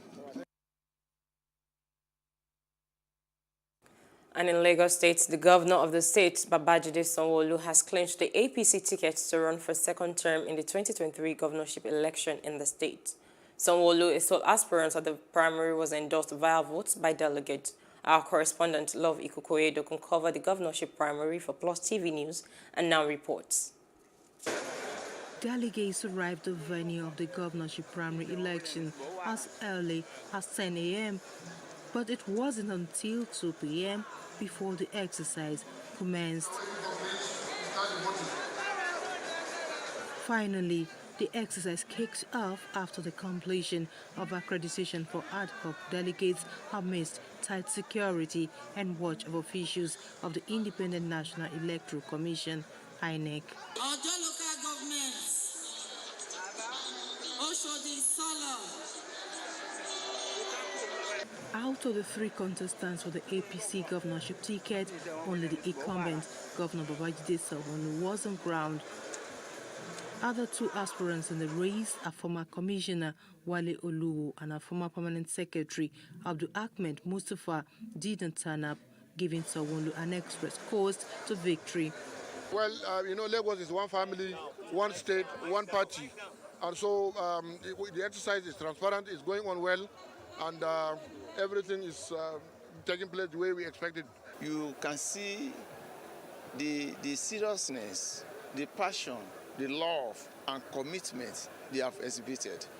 If we ask them to be here by 9 o'clock, and they started trooping in as early as 7:30, 8 o'clock, that shows how committed.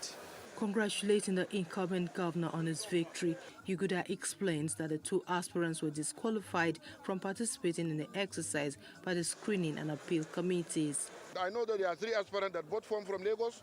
One was cleared, two were uncleared. Reacting to his victory, Governor Sowunu described it as an affirmation of the confidence reposed in him. I think the bigger thanks is to all Lagosians. In respect of your party affiliation, in respect of what side you are, it's really for you, it's about you. The journey we started about 4 years ago, and that you've been supporting us, you've been working with us, you've been encouraging us. The work, what you have done by this event this evening. Sowunu promised not to rest on his oars in taking the state to a greater height during his tenure. From Lagos, Lavi Kukuboyedoku, Plus TV News. Yeah, Mr. Governor. And a governorship aspirant under the All Progressives Congress in Lagos, Wale Oluwo, has protested his exclusion from the just concluded governorship primary of the party. In a statement, Oluwo said the screening committee of the party worked with powerful individuals to prevent him from participating. He described the process as anti-democratic. And in Ogun State, Governor Dapo Abiodun also clinched the governorship ticket of the APC by 1,168 votes to defeat 5 other aspirants. Meanwhile, 2 of the aspirants, Adekunle Akinlade and B. Otegbe, had rejected the chairmanship of the election committee, while Olu had passed a vote of no confidence on him. The aspirants in a jointly signed press statement also expressed reservations on the delegate list used for the exercise. I take all your support and today's validation. This overwhelming landslide, earthquake, tsunami expression of affirmation. I take it and I thank you. I am further inspired. Like they say, the reward for hard work is more hard work. We will not rest on our oars. And in Rivers State, Toyin Cole won the governorship primary to fly APC's flag in next year's governorship election. Cole polled a total of 986 votes against all the 5 aspirants who contested. In line with the guidelines and as the returning officer of this exercise, I hereby certify that Architect Toyin Cole, having scored the highest number of votes cast in this exercise, is hereby declared winner. I would like to thank the leadership of APC Rivers State. This journey has been a long journey, but I would like to thank specifically Right Honorable Chibike Rotimi Amici for believing in this process and seeing that we have led where we are today is also to the glory of God. The journey is long, but it's just beginning. I want to assure the entire River State that what you are seeing here is a change for the better. We are bringing dignity back to this state. APC is on a mission in River State to bring hope to the hopeless. And still in Rivers, Senator Magnus Abe has dumped the All Progressives Congress and also withdrawn from the governorship race. Abe announced his withdrawal from the contest through the South-South coordinator of Bola Ahmed Tinubu's support vanguard, Sir Tony Okocha. Okocha, however, said despite dumping the APC, Abe's Rivers governorship ambition is still on course. The All Progressives Congress in Oyo State has suspended its governorship primary, citing logistics as a challenge. The primary election was to hold at 11 a.m. Earlier, a governorship aspirant, Ni Akintola, stepped aside 14 abnormalities in the composition of party delegates. What has been my gain? What has been my reward? All of them came from PDP. Mentioned it. Some of them came from ADC. I have never moved an inch. I'm an Igbo. My leader never left AD, even when they brought Olufalaye and killed AD. Exactly what they did that killed AD is what they are doing now. So they should kiss government house goodbye. APC should kiss government house goodbye in Oyo State. I can say that. So here as well, we have to observe as the election management body, and our observation is still ongoing. So other things are for the parties themselves, and I'm sure they are up to the task. It's their game. If they are postponed, I'm sure between now and tomorrow, a letter will be, written to us formally, and we'll be here anytime. We'll be here. The Deputy President of the Nigerian Senate, Senator Ovie Omoagege, has emerged as the governorship candidate of the All Progressives Congress in Delta State, with a total number of 1,190 votes and 1 invalid vote, out of a total of 1,350 delegates enlisted to participate in the party's governorship primary. Only 1,235 delegates were duly accredited from the 3 senatorial districts of the state and voted at the election. Chairman APC Governorship Primary, Oyibon Waneri, addressed newsmen at the Federal College of Education on Ibusa Road, Asaba, the state capital, venue of the election. This election is Senator Ovie Omoagege, who scored 1,190 votes.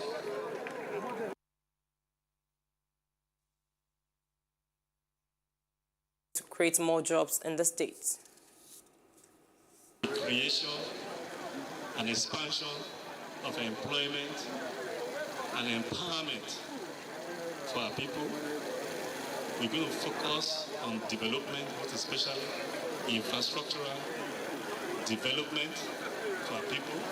We're going to focus on providing good governance for our people. And we're going to provide enduring peace and security. That is what the people of Delta State crave, and that is what an APC-led government will provide the people of Delta State. As we move forward, it's not going to be a tea party by any means. We're going to require all hands to be on deck. The people of Delta State, they have tried the PDP government led by Okowa. There's nothing new to say.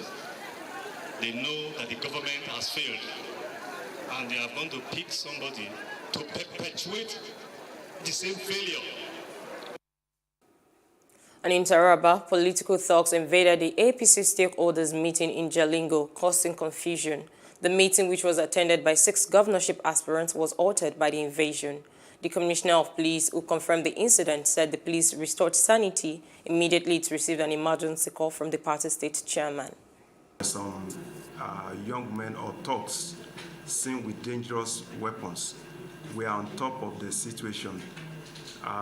No one can say that he was actually injured or in any way harassed by all these thugs. So there is peace in Jalingo. As the chairman of APC called me that the environment was toxic, that it was quite potential of violence, I proceeded to the scene, calmed them down, and normalcy was restored there at Shield Hotel, Jalingo. Well, first thing first, we arrived yesterday evening and we had a series of meetings ranging from security agencies, the critical stakeholders, the aspirants themselves. We had a lot of series of meetings which continues up to this morning. But so far, we had a lot of little issues as politicians. We are trying to sort it out, and we are hoping that sooner or later the election will commence. And like we told the aspirants, some of them are here with us here, the election will be conducted direct primaries, because as you know, we have 3 modes of the election: direct, indirect, or by consensus. The former President, Goodluck Jonathan, has condemned the ongoing primaries for the 2023 elections. There have been reports of how aspirants having been inducing delegates to vote for them. Speaking at a book launch titled Political Party Governance in Abuja, Jonathan said it was disgraceful to induce delegates to get their votes and then request for refund after failing to secure tickets. The former president urged the National Assembly to make laws to criminalize inducement of delegates and electorate. He also asked the legislature to expunge from the Electoral Act the sections that state how political parties should select candidates for elections. Delegates, and from what we are hearing, one has been shared, some people are then going back to delegates to ask for reform when they say elections. It's extremely disgraceful. It is something in Nigeria you hear such things. We should make laws that the current practices in our system will reduce it. Otherwise, you will make laws that are irrelevant, and sometimes when we are so tied to law, we cannot make laws that become enemy of the people. The Supreme Court has reserved judgment in a suit filed by President Muhammadu Buhari and the Attorney General of the Federation, seeking an interpretation of Section 84, subsection 12 of the Electoral Act 2022.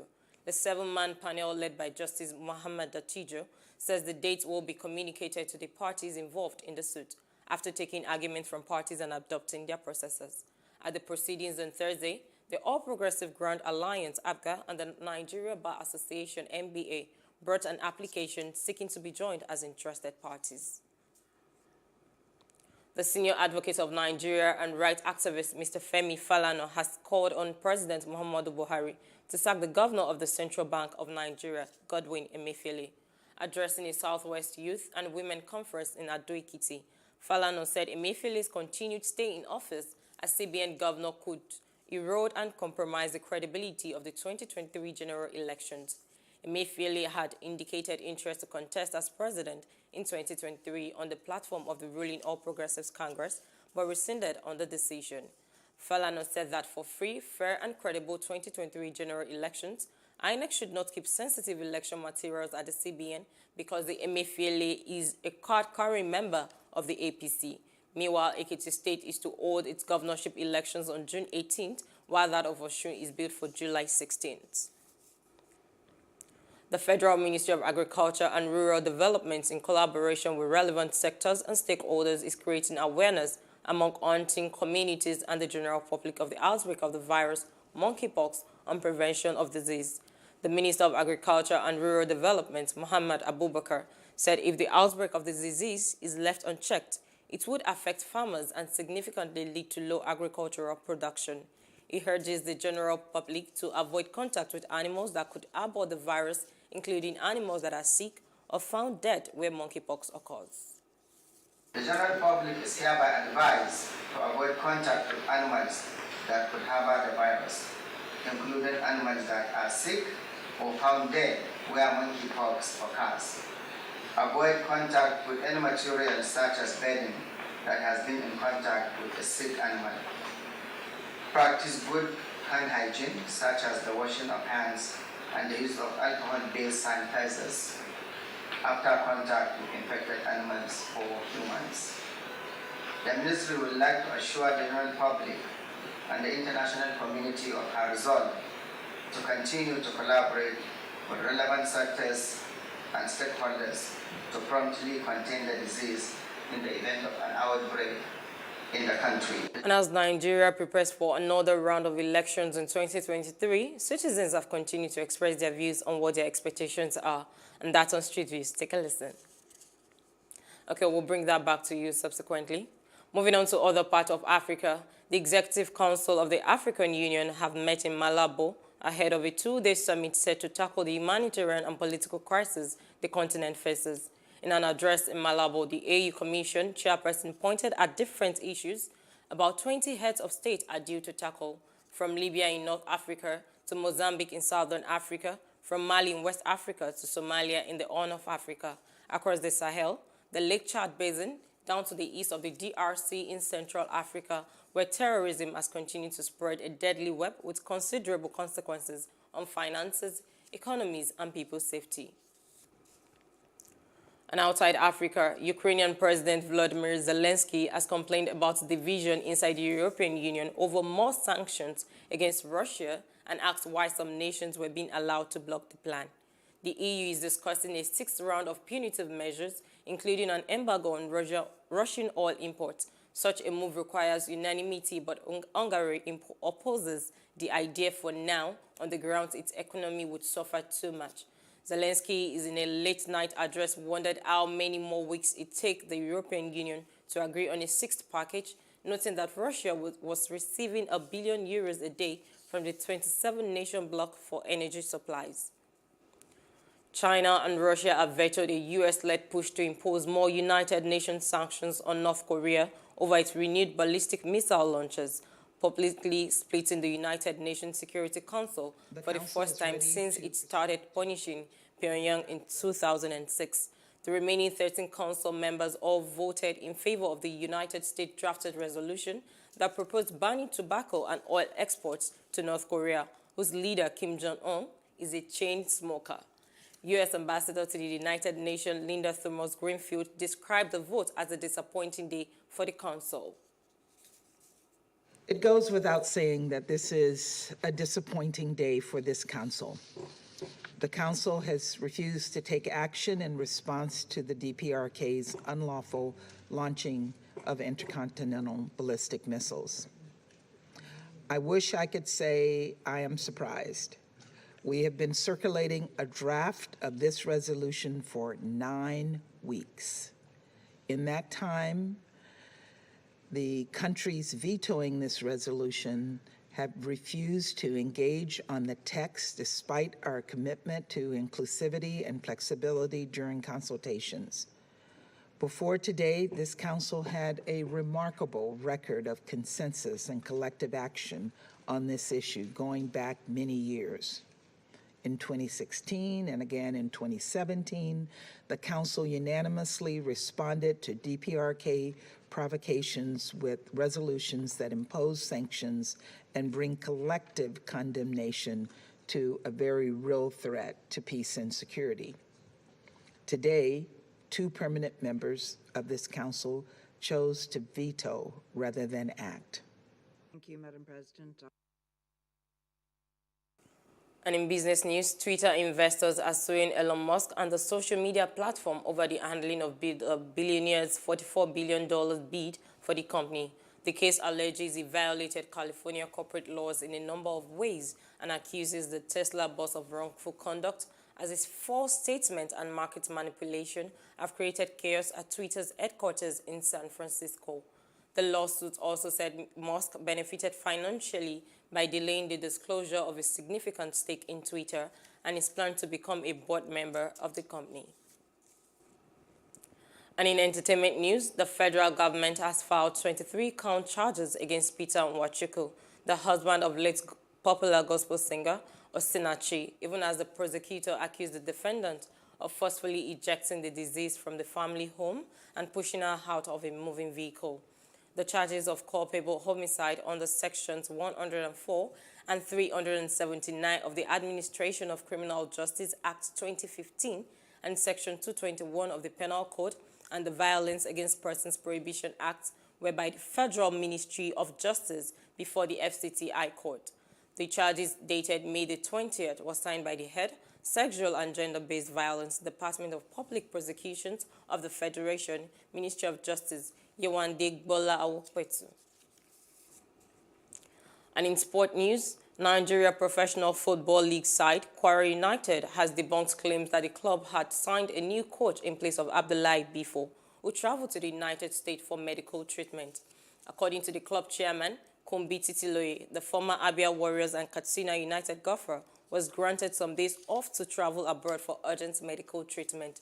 Titiloye said that Bifo will soon return after his treatment in the U.S. with his assistant Lukman Ijaya and Mukaila Iyala in charge of Kwara's United MPFL Match Day 30 encounter against Okha United on Saturday in Ilorin.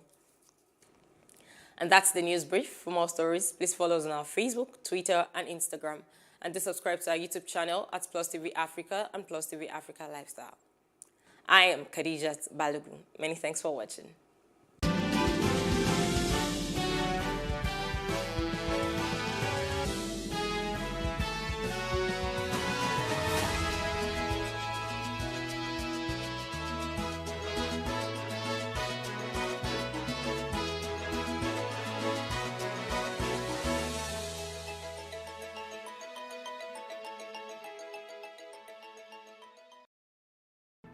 There is no voting on social media.